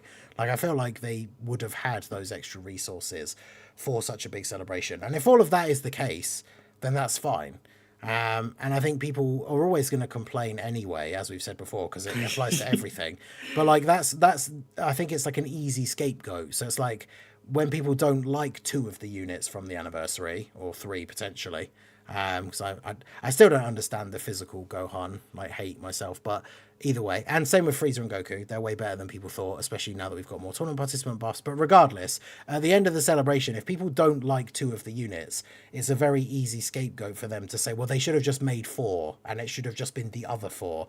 But as far as we know, they could have just made 4 and one of them still be one of the ones that you don't like, because as we said before, we've had celebrations where they release 4 units and 2 of them aren't good, or like people don't like them specifically. So I think for me, the big thing just comes down to, from the aspect of like the player, is that it's a lot easier to get 4 units than it is to get 6. And especially with things like, for me, like summoning on the carnival banners in the anniversary, it's like you pull one of the units, then you do a couple more summons, you get like a Goku Black Rift, and then it's for the one that you've already pulled. So now you've got an extra copy, which is nice, but you still need to keep summoning on the banner because you're still missing the other new unit. And at the end of the day, RNG is RNG. You could pull all the units really quickly. You could pull none of them, even if there's only 4. But I do think having less units to go for is that little bit easier. So yeah, I think the 4 LRs, I would rather, I mean, again, they could do 6 LRs and they can all be good, and that would be great. But I would rather we get like 4 LRs that are all really good, 1 per banner, so you know what you're trying to get. Once you get it, you can move on to one of the other banners. So yeah, I'm in favor of the 4 LRs. I will say Daima is probably one of those, if they're going to go full Daima, I could see the 6 format working because of the options that they have for characters. And that's what I was alluding to before. Right, that's what I was alluding to before when I said, like, we could get mini in part 1 and super and then adult in part 2. I would see that being more likely if there were 6 rather than 4, right? Because then 2 spots being taken up by Super Saiyan 4 Gokus isn't as big of a thing when there are 6 slots rather than 4. But I think if I had to choose, I would still prefer 4. But I'm not like super like locked in. Like I say, I feel like if done well, I think the 6 LRs can work. But I think especially from a summoning perspective, I would probably rather we just go for 4. But yeah. I think that's where. Okay, so like I think the idea of like, okay, that's less LRs to go for. That's very true. But free-to-play players shouldn't be going for every single LR. And we're content creators, so we're gonna have a different mindset than I think the average player. We should. That ties into, for us, it doesn't really tie into like FOMO because of the fact that, hey, we're content creators, want to make videos on every single character. So it would get annoying. But in the situation of that you're saying where, oh hey, I pulled this character and then this new character, and then I went for the other new character, but then I got Goku Blackrift and still got the previous new character. If it was just one LR, in reality, you still wouldn't have the new character. You would just have another replacement old LR, like a Yellow Corn LR. So it's just an upgrade because the chances are going to be the exact same for getting the new character if it was one new character or if it was 2 new characters. That's why some banners that don't have a banner unit, it's like there's like not really a point to not have a banner unit, because if there's a banner unit, that is just an extra character that you would get rather than another character, because it's not like having an extra new LR in the banner made it 11 featured characters. It still stayed as 10 featured characters. It's just that they replaced an older character that was not new compared to a new character that would be there. And again, in reality, you would just be getting the old character that would be there instead because it is the exact same rates. Well, I know it's So not the I think- most common outcome, but I think I did see it happen to people. But I was more so kind of alluding to the scenario where you get like a Zeno or a Goku Black Rift or something, and you get one of the characters. If there's only one LR on the banner, then you just move on to the next one. If there's 2, you have to keep summoning, and then if you get a Goku Black Rift again, you could still get the one that you've already got. So it's not. So the first time around, it's not like you would have gotten a random other featured LR because you got a Goku Black Rift. So you'd have gotten the new character, and then you move on to the next. But that's what I mean. Once you get that animation, if you do, because obviously even we like don't get them all the time, even if you summon a lot.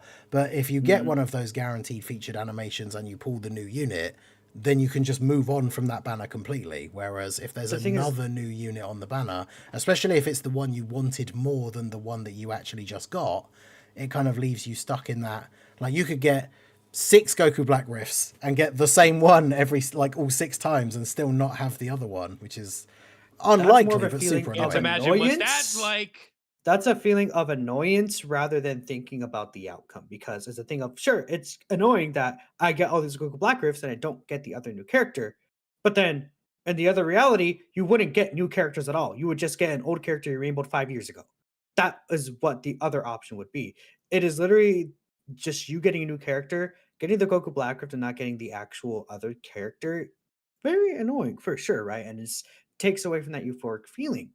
But if you take off that LR and then just put another LR on there, you wouldn't get a new character at all. Like you're only getting a new character rather than an older character because the rates are the exact same. You just wouldn't get the Goku Black Rift. So you would just still keep summoning for the other character because you wouldn't have gotten a new character in the first place, right? It's just a thing of you see the Goku Black Rift and you're like, oh, I hope I get the other character I want. And it's more so of a feeling of disappointment rather than thinking of, oh, hey, I actually still got the new character. It's like viewing as glass half empty than glass half full. And the thing with 6 LRs is it is really just an upgraded banner because all you're doing is getting a brand new character. And with having 6 characters, there's more options to buff way more different teams, right? And I think the thing about 6 LRs is people take a look at the 10th anniversary characters, like you said, they saw they don't like some of the 10th anniversary characters or the 10th anniversary animations, and they blame it on it being 6 LRs, when in reality, it wouldn't really change anything because even with celebrations during 4 LRs, people are upset at the animations. We saw 2023 worldwide. People didn't like the STRLR Beast Gohan animations. People were saying they had issues with Tech Broly's 12 key. People were saying they had issues with Tech in Broly's 18 key. There's always complaints about the new character animations. Yeah. There's always complaints about the new character kit. We saw in Broly how people reacted on release. We saw many, many examples of that. And I mean, I talked with Pearlton earlier and Metricosa, who also looks at the animations and the files and things like that. Yeah. They're actually making animations easier for them to make. It's not like something they assemble anymore. It's more like slideshow, like actual animation, which actually makes it easier for them. So they actually don't. I think they don't spend as much time in animations as people think because of that. The only point that I think you could genuinely make that the 6 LRs took away from was the fact that Blue Evolution Vegeta during the anniversary didn't have an active skill. But you could also consider there's the fusion characters that are 3 whole kits. The fusion characters have Yeah. Goku with his 2 super attacks and his active skill, Vegeta with the tag animation 2 super attacks and his active skill, Vegeta with his super attack and his active skill. Then you have the same thing on Gogeta. You have Tag Goku and Frieza. It's because they had 3 Tag LRs and 2 of them were fusions. If they would do 6 Daima LRs and they're not like super crazy transforming 3 Tag LRs on there, especially because they're brand new characters, they would probably want to drop them standalone first. There wouldn't be as big of a deal with animations potentially, or there would still be issues that pop up and people will still complain because they attributed it to 6 LRs rather than, hey, Dokkan just messes up sometimes. Dokkan doesn't do everything perfect. In every celebration, it is like that. In every celebration, we'll see complaints. You get that. I just think people tied the negativity of that to 6 LRs instead of looking at the actual outcome of, hey, this is literally just an extra LR that I would get besides an old LR by summoning on this banner. And it's a thing of, hey, oh, there's 6 LRs instead of 4 LRs. I have to get all 6 of them now. No, you don't. If you're a free-to-play player, you should focus your summons. If you're a Can I butt in on that real quick? Yeah, of course. You say that it's like, no, you don't, but we all know that the gacha model is based on FOMO. Well, of course. And And- that's a thing of, that's them taking advantage of it, obviously, in terms of like, I guess you could say of like a, of them like, I mean, just in general, like this, how this game is designed, it's going to try and take advantage of people. And I think that should be something that is just known from the start. And- If you're playing this Mhm. game, that is a preset. Like But that's I think the reality of that also though is that like nobody wants to wait for a character that they want. And when you have 6 LRs like that, I think you're just increasing the chance that somebody or more like people are leaving this anniversary upset because they had to end up missing out on potentially 2 or 3 characters. Well, that's Uh, the thing of people have to realize this is a gotcha game, and if you're not spending money, you're not going to get everything. And that's the thing of people playing into the FOMO rather than realizing, hey, actually, I could take this to my advantage. At least I got a new character rather than Yeah. getting an old LR. Because in that situation, if you got another one of the new characters and you didn't get the other new character you wanted, it's people should, in my opinion, people should view it as I still got the new LR at least. Obviously, they will still be upset, but it should be less upset. You got a brand new, like exciting, good animations character that's probably really good, rather than not getting anything. Yeah, and I think it's tough though just- when you think how bad Vegeta was. Like that Part 1 banner is a really good example. Like if you got Blue Evolution Vegeta instead of Super Saiyan 4 Goku, like that's people won't be consoled. I think with the well, at least you got one of the new LRs when it was Blue Evolution Well, Vegeta, right? I think think Blue there's Evolution another- Vegeta hate was just overblown in general, but it's a thing of you got to compare it. You got the new LR Blue Evolution Vegeta compared to getting, I don't know, Tapion and let's Minotia. say Tapion, Tapion Minotia, right? It's obviously not as great as Shut up, Bringer. Super Saiyan 4 Goku, Yeah. but would you rather have LR Brand New Blue Evolution Vegeta or LR Tapion Minotia? That's the comparison to make. People are making the comparison of the two new LRs, but it should be a comparison of Evolution Blue Vegeta and then LR androids. That's the actual comparison that should be made. But people are only focusing on the two LRs and thinking, oh, my rates are lower. It's the same rates. It's just a new LR replacing an old LR on the battle. I Because it's the vividly same 10 feature. remember during the 10th anniversary, like in a server that I'm in with a bunch of friends, I was like, "Aren't you guys tired of complaining about Evolution Blue Vegeta?" Or like making fun of him? Like, you guys aren't bored of this yet? I really Like- don't understand that, because it's like you could be disappointed in him. He's not like a top 3 character, and he should have been better than he was. But I think there's always a thing of people, what's it called? Like overreacting to things and then taking their initial perception of a character and just running with it. I mean, we see that with Goku Frieza as well. And it's like, okay, you say Blue Evolution Vegeta, you're upset he's not top 10, but Mhm. is there an event you can't take him into in this game and still do very fine with him? No. I would have Like- to think about it, but yeah, like or off the top of my head, it's not. I probably wouldn't take him into Fest, I mean, yeah, I guess so. Yeah. Festival. but right, okay, that wasn't out when he came out. I'll give you that. yeah. So Well, I it's mean, like, to be fair, like these units should be made with all the anniversary events in mind. exactly. Is They he knew it was coming. Yeah, being fair, he's also like, I think he could have been better. He should have been better. But is he a bad character? No. He's way better than Objectively, what you no. he's way better than But- what you could have gone, what you would have gone rather than that, right? And yeah. it's just more characters for more teams that'll help the game feel fresh, right? Because even Yeah. if you don't get them now, it's just an extra layer maybe you can get in the future that you could play around with. It's just literally an extra character in the game. And I really don't understand like the negativity behind it, besides I want every single thing. Yeah. People don't want to pull more characters. They don't want to have to. They want to summon as little as possible and get the most as possible, and that's okay. And I think something else that Mhm. you have to consider is like, do you think that they did 6 LRs for the anniversary because they knew, like, obviously they knew it's like, oh yeah, by the way, guys, you get one for free.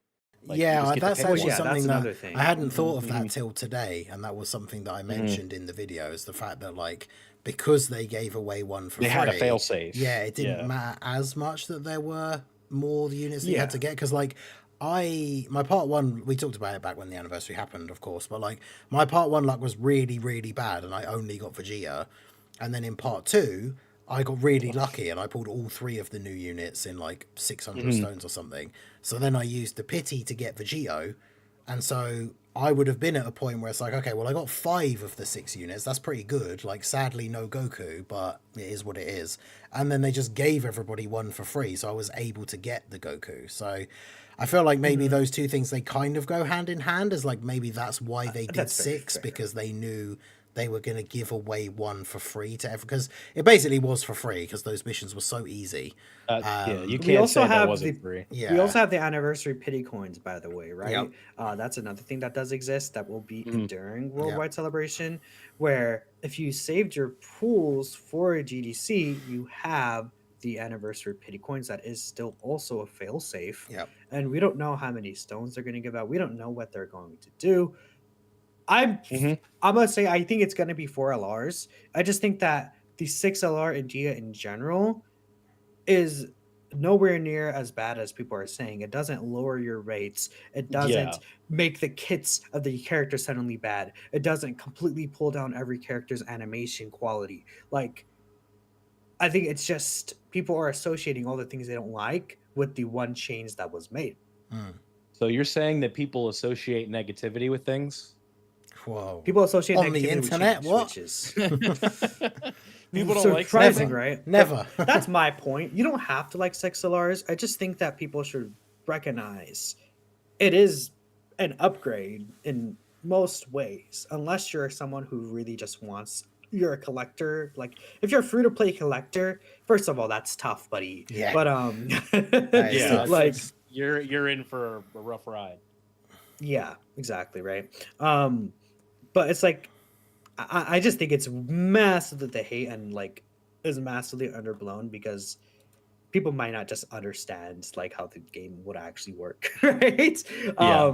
Like I'm someone who got like 4 Blue Evolution Vegetas trying to go for a dupe for Super Saiyan 4 Goku. Like I know the Yeah, feeling. you're of, preaching to like, the choir, pal. That's what do you think I was screaming about earlier? I know. It's 6 Goku freezes for 1 Gohan. I can't get over it. Exactly. That's obviously that's that's wild. very unfortunate. That's I had to fucking- pity him. Woo! That's wild. That's wild. If it was just Gohan on that banner, I would have called that my best summons of all time. But I don't even want to talk about. Well, I do want to talk about it because I like to complain. But no, if it was Gohan on the banner, you'd be like 2,000 stones before 1 Gohan, and then you would have been like another Super Saiyan 2 Gohan, whoever is on the banner, right? You know? right now. So yeah, I think that you definitely bring up a good point with it's like if you say it's 6 LRs, like having that extra LR on the Carnival banner is fine because it just replaces a bad featured unit. Yeah. But what if that featured unit is Go Tanks? And then the Carnival well, LR gets a lot of love, you know? We saw that what they removed is they removed the yellow coin LR or a banner unit. Like there was no banner units on these banners. They had this. I'm pretty sure they had this. I took a look. I'm pretty sure they had the same amount of Carnival LRs, that were featured. It's just that they removed the yellow coin LR or another LR that wasn't Carnival. I'm not a fan of the 50-50 Goku Black Rift. I don't like that one bit. I mean, obviously, yeah, it would be nice to know better. And I think that's like the one thing, but it's more of like an annoyance rather than an actual negative thing that happens. Yes. Right? I think that's where it's like there's also people are taking that as like, I would have gotten Super Saiyan 2 Gohan instead of Goku Frieza. You would not have gotten Super Saiyan 2 Gohan. Because you wouldn't have gotten a Rift. Yeah. Well, remember, but that's the thing is, unless you did. Because that's where RNG, it's really hard to say. Well, like, if you the got, thing is that if you get a Goku Black Rift and you get the unit that you didn't want, it's kind of hard to say with RNG. It's like, well, actually, if the banner only had one unit, that wouldn't have been a Goku Black Rift. It would have been a random other unit. But I don't actually know how the RNG for the summons works. Because is it like, I'm guessing it determines the unit that you're getting first, right? Not the... Yes. It doesn't determine that, like, you're getting a Goku Black Rift and then it's heads or tails, like, which one you get, right? Exactly. When you summon, even when the animation is playing, the characters are already in your as soon as you press the button, you you just get the 10 characters. That's why if the game crashes and you load it back up, you already have the characters, right? But I do think the one thing Prof mentioned in the chat is kind of true. If there's only one character per banner and you don't like that character, then you don't summon on that banner and you just choose between like the other 3. Whereas if you really, really liked Goku, but you really don't like Blue Evolution Vegeta, it's like, well, tough. You have to summon on that banner if you want Goku. Whereas if they were 2 separate banners, you only summon for the Goku, you don't summon on the Vegeta one. So it's, I can kind of see that. Like if there's the two, if you don't like one of the units specifically, then it is, you are taking that risk when you summon. But yeah, unfortunately, that point doesn't make sense. Like, is what it is. 1 unit per banner. So if are you saying like you want a banner with Vegito, a banner with Goku, Super Saiyan 4, and then a banner with Blue Evolution? No. I'm just saying like in general, like if there's because having 2 new units on a banner opposed to 4, like just 1 per banner, means that it's easier for you to skip a banner completely if you don't like the unit. Whereas if the banner has 2 characters on it, you can't like, if you want a unit in particular. You have to summon. I get it, but that's the thing of what's not the advantage of having both units on the same banner, because it's literally just removing a unit from the 10 featured and putting the other new unit in there. Like that doesn't make sense to me. Like I think so. Like you're thinking, oh, I get to skip the Blue Evolution Vegeta, and then I get to summon a Super Saiyan 4 Goku, but the rates for Super Saiyan 4 Goku would be the same on his own banner if he was also on the Blue Evolution Vegeta banner, because it's still just 10 featured characters. The rates are the exact same. The only thing that changes is, oh, if I get a Goku Black Rift, it could be either of the 2. But like, let's say the example where you said, oh, but when I do get a Goku Black Rift and no Super Saiyan 2 Gohan, that's a nice feeling because you know what you're getting. But the thing is that if you got a Goku Black Rift from getting Super Saiyan 2 Gohan on one banner, it would be the exact same on the other banner because you got Gohan and then you got the Goku Black Rift after. It's not you get the Rift and then you get Gohan 50-50. Like if you summon and you get Gohan, it's the same rate on banner A and banner B, except banner B also has a chance for you to get Goku Frieza. It's the same rates, except you also have the chance to get another new character if you don't get Gohan. So it's literally just a banner. Even if you don't want the character, it's literally you getting a brand new character rather than another character that wouldn't be there, right? Like the rates are the exact same. The rates are the exact same, guys. You have to, especially in chat, you guys have to realize they're the exact same rates. Like nothing changes. It's just a new character added instead of an old character because the rates don't change. They're not making it. If the only point I would say is if it was like, oh, they put 2 LRs in the banner, but now it's 12 featured characters, it's 15 featured characters, then yes, the rates are lower. Think of the Tanabata banner where they have like 20 featured Oh, I love that characters banner. because they have the anniversary LRs and the new Tanabata LR. That is obviously something where it's like, oh, well, the rates are lowered, so it's obviously a lot worse. But they're the same. It's the same 5% featured rate divided across 10 characters. It's the same point. What is it? 0.5% Yeah, rate I for think Super Saiyan 2 Gohan. I think what it is it's the case of when you take like all emotion or anything like that out of it and just look at it as like cold hard numbers, then you are right. Like the banner is technically just better because instead of having, let's say, if we're using the Gohan and Frieza banner as an example, if you just want Gohan, you have the same chance to get Gohan, and if you get Goku and Frieza, like that would have just been some random yellow coin LR if it was a Gohan banner. So objectively, the banner is better, but it's the fact that like, you know, people don't. I suppose it works. It's a lot of it is just the emotion, I guess, and the almost like false. Just the way people look at the banner and like they look at like what they are summoning for. Because I suppose the thing is, I think somebody said in the chat, it's like I wouldn't summon on the banner for Gohan. Let's say, for example, I wouldn't summon for Goku and Frieza. When I saw all the units kit, I wouldn't summon for them because I don't like them. But I really like Gohan, so I'm going to summon for him. So when I summon for him, I don't want to end up pulling Goku and Frieza.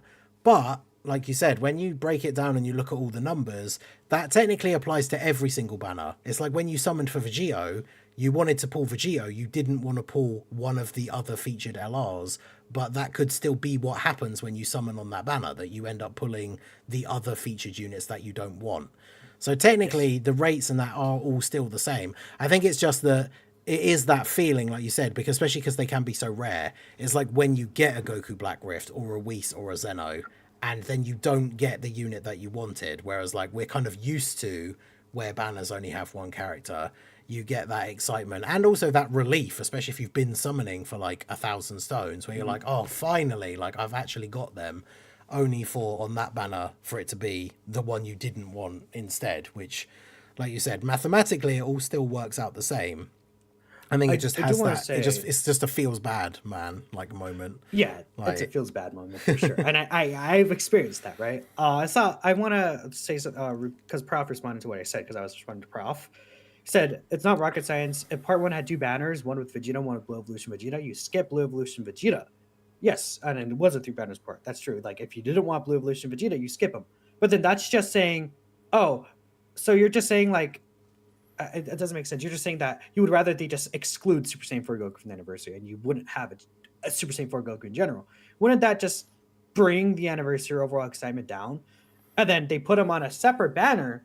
We'll have, like, let's say in 6 months, they put him on a separate banner, like a Dokkan Battle banner, where he just will have the exact same rates as if he was featured on the anniversary banner, except he was there available during the anniversary. I think, you could think of it in a way of, I have more time to save stones between each banners, and I think that is valuable, but who knows when they would actually have released that Super Saiyan 4 Goku. Like, it's just you basically saying, I would rather they remove an LR and shelf it for who knows when they come out, rather than, and it would be the exact same rates, right? It's just a thing of, like, I get the point where it's like, okay, in the future they'll release that Super Saiyan 4 Goku, and then I could have more time to save up for him, because I would have skipped the Blue Evolution Vegeta banner. But I think that point doesn't really come across because you're always going to be saving for these major celebrations regardless, and you should be saving for these celebrations to go in with a bunch of stones. And then those stones that you would have spent during anniversary in Super Saiyan 4 Goku are just instead saved for when he comes out in the future, right? How did this conversation turn to them like separating the banners? It's just something about Prof brought up. I really like the rates will be the same for pulling Super Saiyan 4 Goku in February, I think for pulling for Super Saiyan 4 Goku in like I don't know June, right?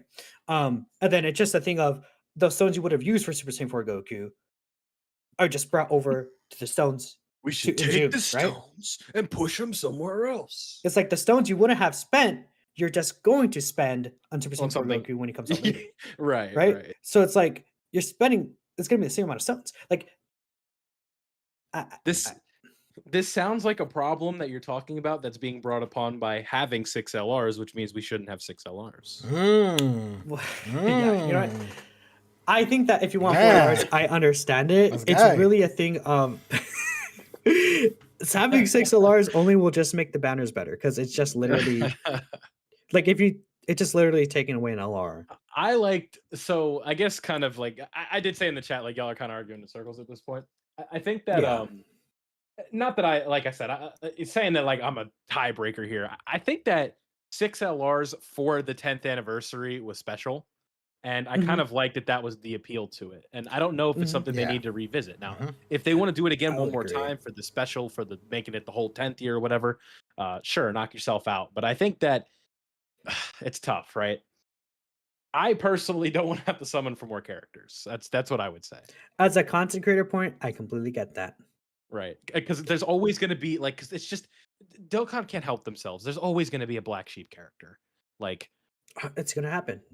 Yeah, it even when happens there's every 4, time, every right? anniversary, every worldwide. Like there's 4 Right. LRs, and usually there's one that everybody hates or doesn't age very well, and then everybody hates. Right? It kind of happens every time, regardless of whether there's 4 or 6. Right? So There's always gonna be negativity. So why not have 6 new cool LRs? And 6 that doesn't change the rates. Well, you know? just make sure they all have an active skill, and we're good. Well, I think Blue Evolution missing an active is is so unfortunate. But yeah.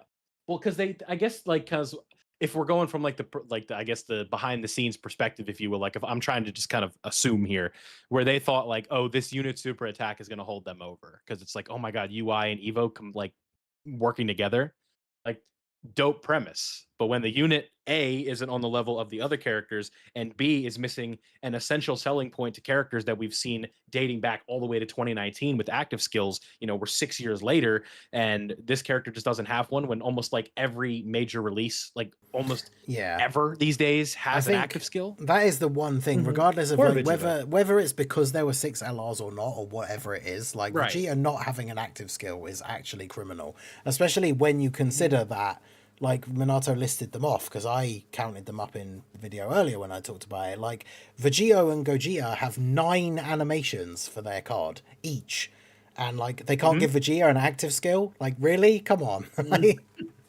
Crazy. I don't know, the Vegeta active skill thing is kind of crazy, but it just shows you if there was an issue, I would honestly argue more so it's because the fusions were tag fusing characters rather than there being 6 LRs, because they gave them a gajillion animations, right?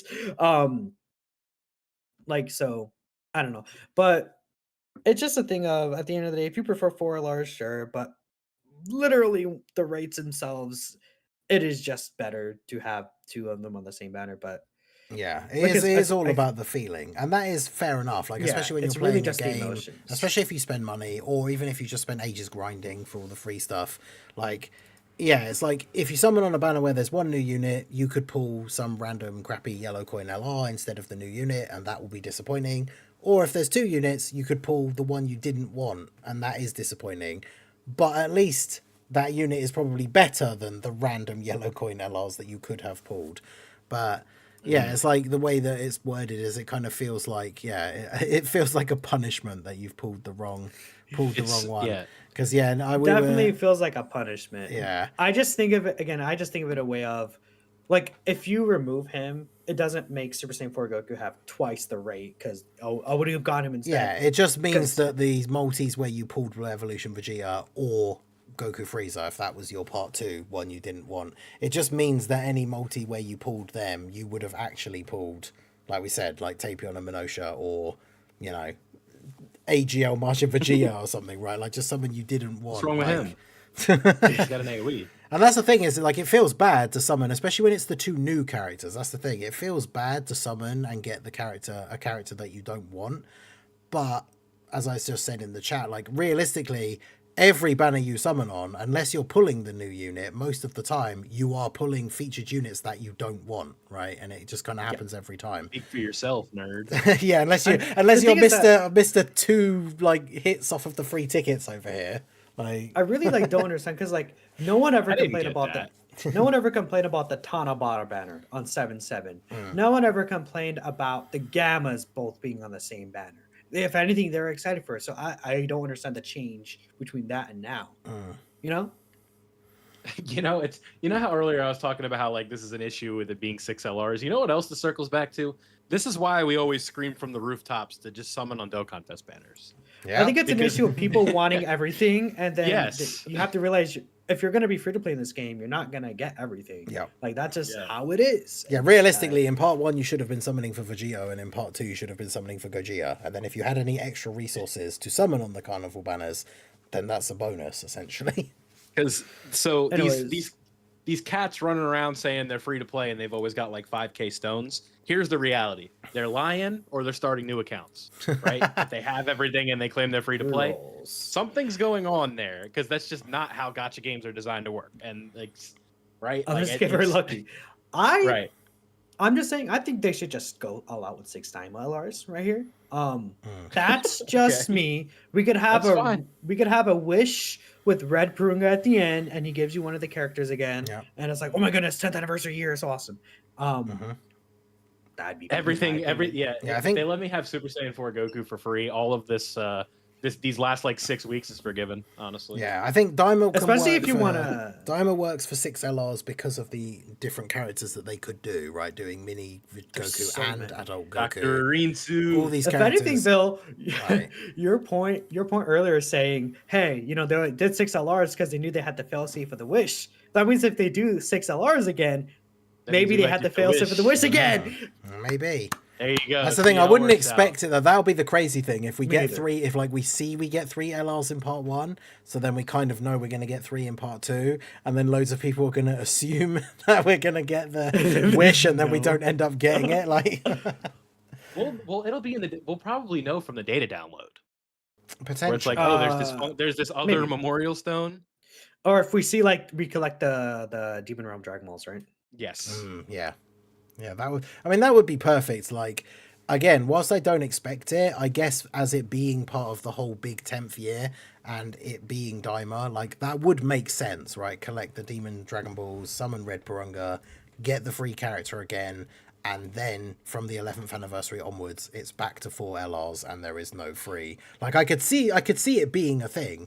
I just don't expect it, maybe because obviously that Purunga wish thing is probably like the most generous thing that Dokkan has ever done for one of these massive celebrations. Not probably. So I don't. Not probably. Yeah, just definitely. So I don't expect it to happen again. It would be super nice if it does, and I don't think it's impossible. You know I what? just think going into it like expecting that they will do it again is probably setting yourself up for disappointment. But You know what's more Imagine- generous than Purunga? Dokkan Day. Imagine there's no Dokkan tickets, by the way. It's interesting. No, of course not. They said there wouldn't be. Imagine the carnival banner. It's like Goma, Super Saiyan 3 Mini Goku, and then it's Super Saiyan 4 Goku, GT, and then it's Blue Evolution Vegeta. And it's like those 4 characters on a single carnival banner. That'd be crazy. What? And then they're all like, Have they done 4 featured Carnival LRs? oh, did they more than Yeah. that? 5? Wow. Let me take a look here. Well, I'm just saying, obviously featured LRs, but I'm just saying, just carnivals individually. If I What well, did, yeah, I should double check because the Super Saiyan 4 Goku banner, we did have. Well, actually, the Gammas are carnival. Yeah, no, we did. Yeah, The anniversary banners had 7 carnivals. 7. Wow. Okay. Yeah, 1, 2, 3, 4, 5, 6, 7. Yeah, 7. Well, that's Gotcha. what I'm talking about. Let me take one final look at something because I want to see the 9th anniversary banners just real quick here. Just want to make sure on one thing because obviously we had the extra LR. Yeah, the 9th anniversary banners had 4 featured carnivals and then 3 banner units, while the 10th anniversary banner had 7 carnivals and 3 LRs. It's just better man. Interesting. Yeah. Yeah. So that was kind of a fun discussion. Did anybody else have anything else to say? Before we 6 LRs. Let's go. Nah, okay. I think it's gonna be 4 LRs, but I hope it's 6 LRs. Minato just refuses to lose this one. Well, I mean, at the end of the day, it's our own opinion. So yeah, like I said, I said, like, you know, I'm not super married to the idea. Like, 6 LRs can work, and even I think someone said in the chat, right, like 6 LRs, especially with that backup, like you get one for free, like that especially helps quite a lot.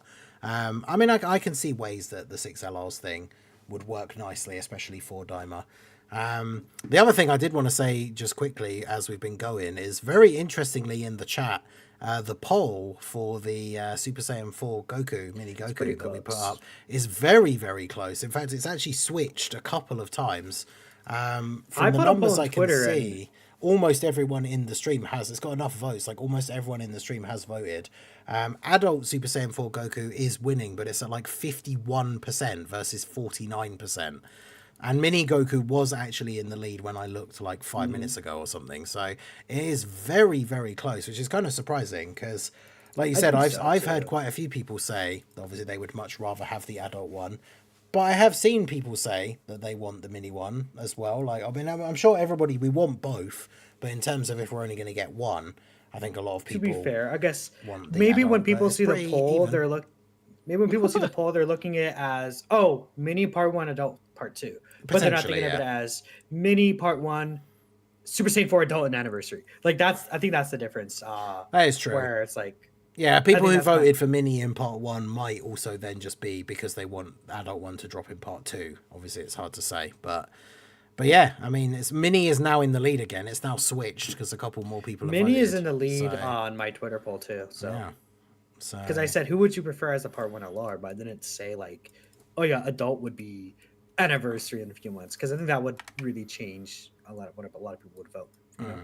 But yeah, it's definitely interesting.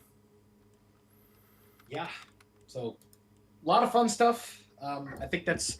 Oh, actually, we gotta. I was about the outro, but we gotta still go over some support from Ningen. Obviously, I'm not gonna be able to read those out. So, anything that you gotta say to read out there for us, there, pal? Yeah, we got a couple of super chats here, so I appreciate you guys obviously for supporting the podcast. Let me just get these up here. So we've got Drace with the $2 super chat, continuing his feud with Bringer. It's Bringer agrees Universe 6 Girls and Kefla agenda over the fraud sword boy. These guys have their Universe 6 versus Tapion agenda. That's a hell of a rivalry. fight there. That's like in the far reaches of the Dokkan corners, bro. Like, I know, right? Yeah, shout out to Drace and shout out to Bringer. Then we have Weave of Class with the $15 super chat. So he says, with how many major EZAs and super EZAs are lined up for a future Saga celebration, when do you expect to see a future themed celebration? I'm hoping either Tanabata or New Year's.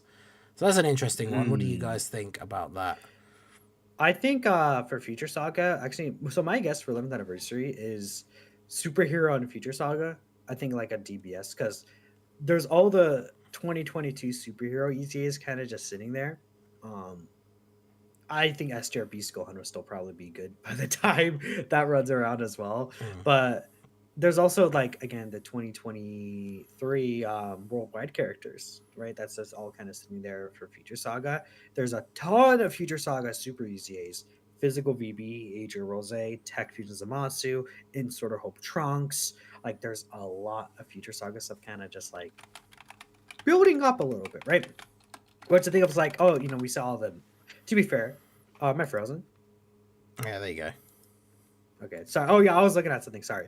It's a thing of my camera was frozen because I was actually gonna use the background again, but like because of all those Future Saga easy shenanigans, this guy. I know, right? Yeah, I have so much shenanigans. I don't know, but I think Future Saga will be coming within the next year. Yeah, Toon Rabbit stole my video idea. Sorry, that's not nice. Like, why would he do that? Poor Toon Rabbit, just like Ningen did. Say what? Yeah, what do you think, Vil? When do I think the next Future Saga celebration's coming? Just make sure I'm.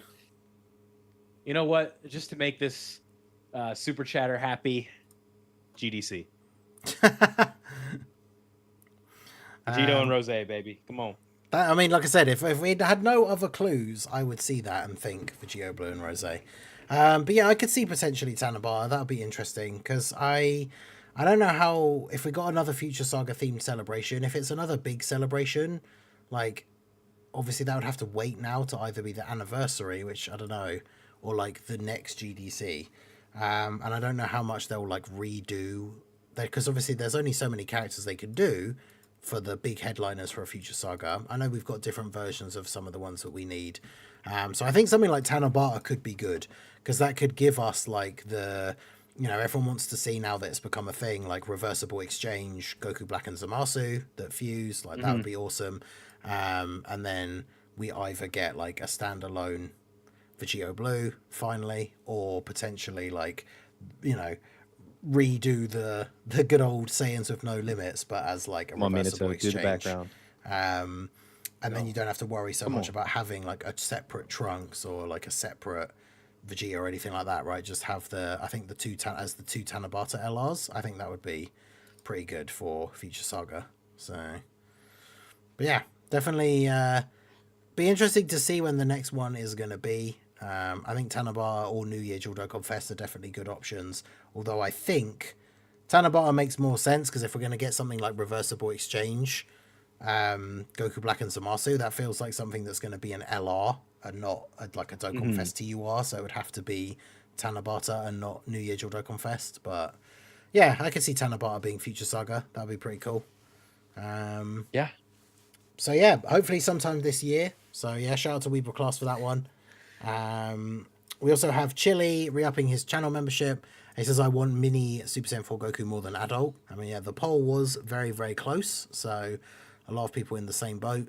And then Chili with the $2 super chat says, skip all banners, just use your stones on the infinite boosts. Because, yeah, that's actually something that we forgot to mention as well, that we've seen in the files. Like from the 7th, when like the campaign properly kicks off, the boosts are going to refresh every 7 seconds, which essentially means you have infinite boosts because like you can't use them quick enough for them to not be fully charged, which if it's true is awesome because it means you pull the new characters, you can farm their medals, you can do their links, like all just with infinite boosts, which is pretty awesome. So yeah, Chili says save your stones for the infinite boosts. Prof re-upped his membership and says, what if the GDC gives a stone for a prior Dokkan Fest exclusive LR? I mean, I guess technically the Porunga stone was that because you didn't have to pick the new characters. You could pick some of the older ones, which I thought was pretty cool for people who actually didn't need the new ones. So that could be part of it, potentially. Yeah, I was going to say, I know a lot of people got Gotenks if they either already had the 6 or didn't want one of the, like the one they didn't have, which was pretty cool. It was cool that was an option for sure. So yeah, they could potentially do something like that again.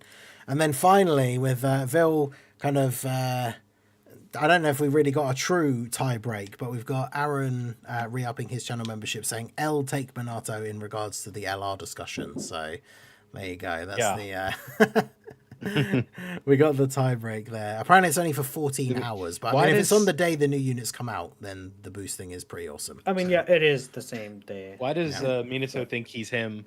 What's going on here with this? Good times. But yeah, shout out to all you guys. We appreciate the support. So thank you very much. Yeah, that's going to wrap it up here for us here on the Slot 1 Super Podcast. I don't know the episode number, but I'm going to look right now. Where are we at here? 68, you said? Uh-huh. Woo, pretty good. Nice. So the next episode, the title is just going to be Nice. Mm-hmm.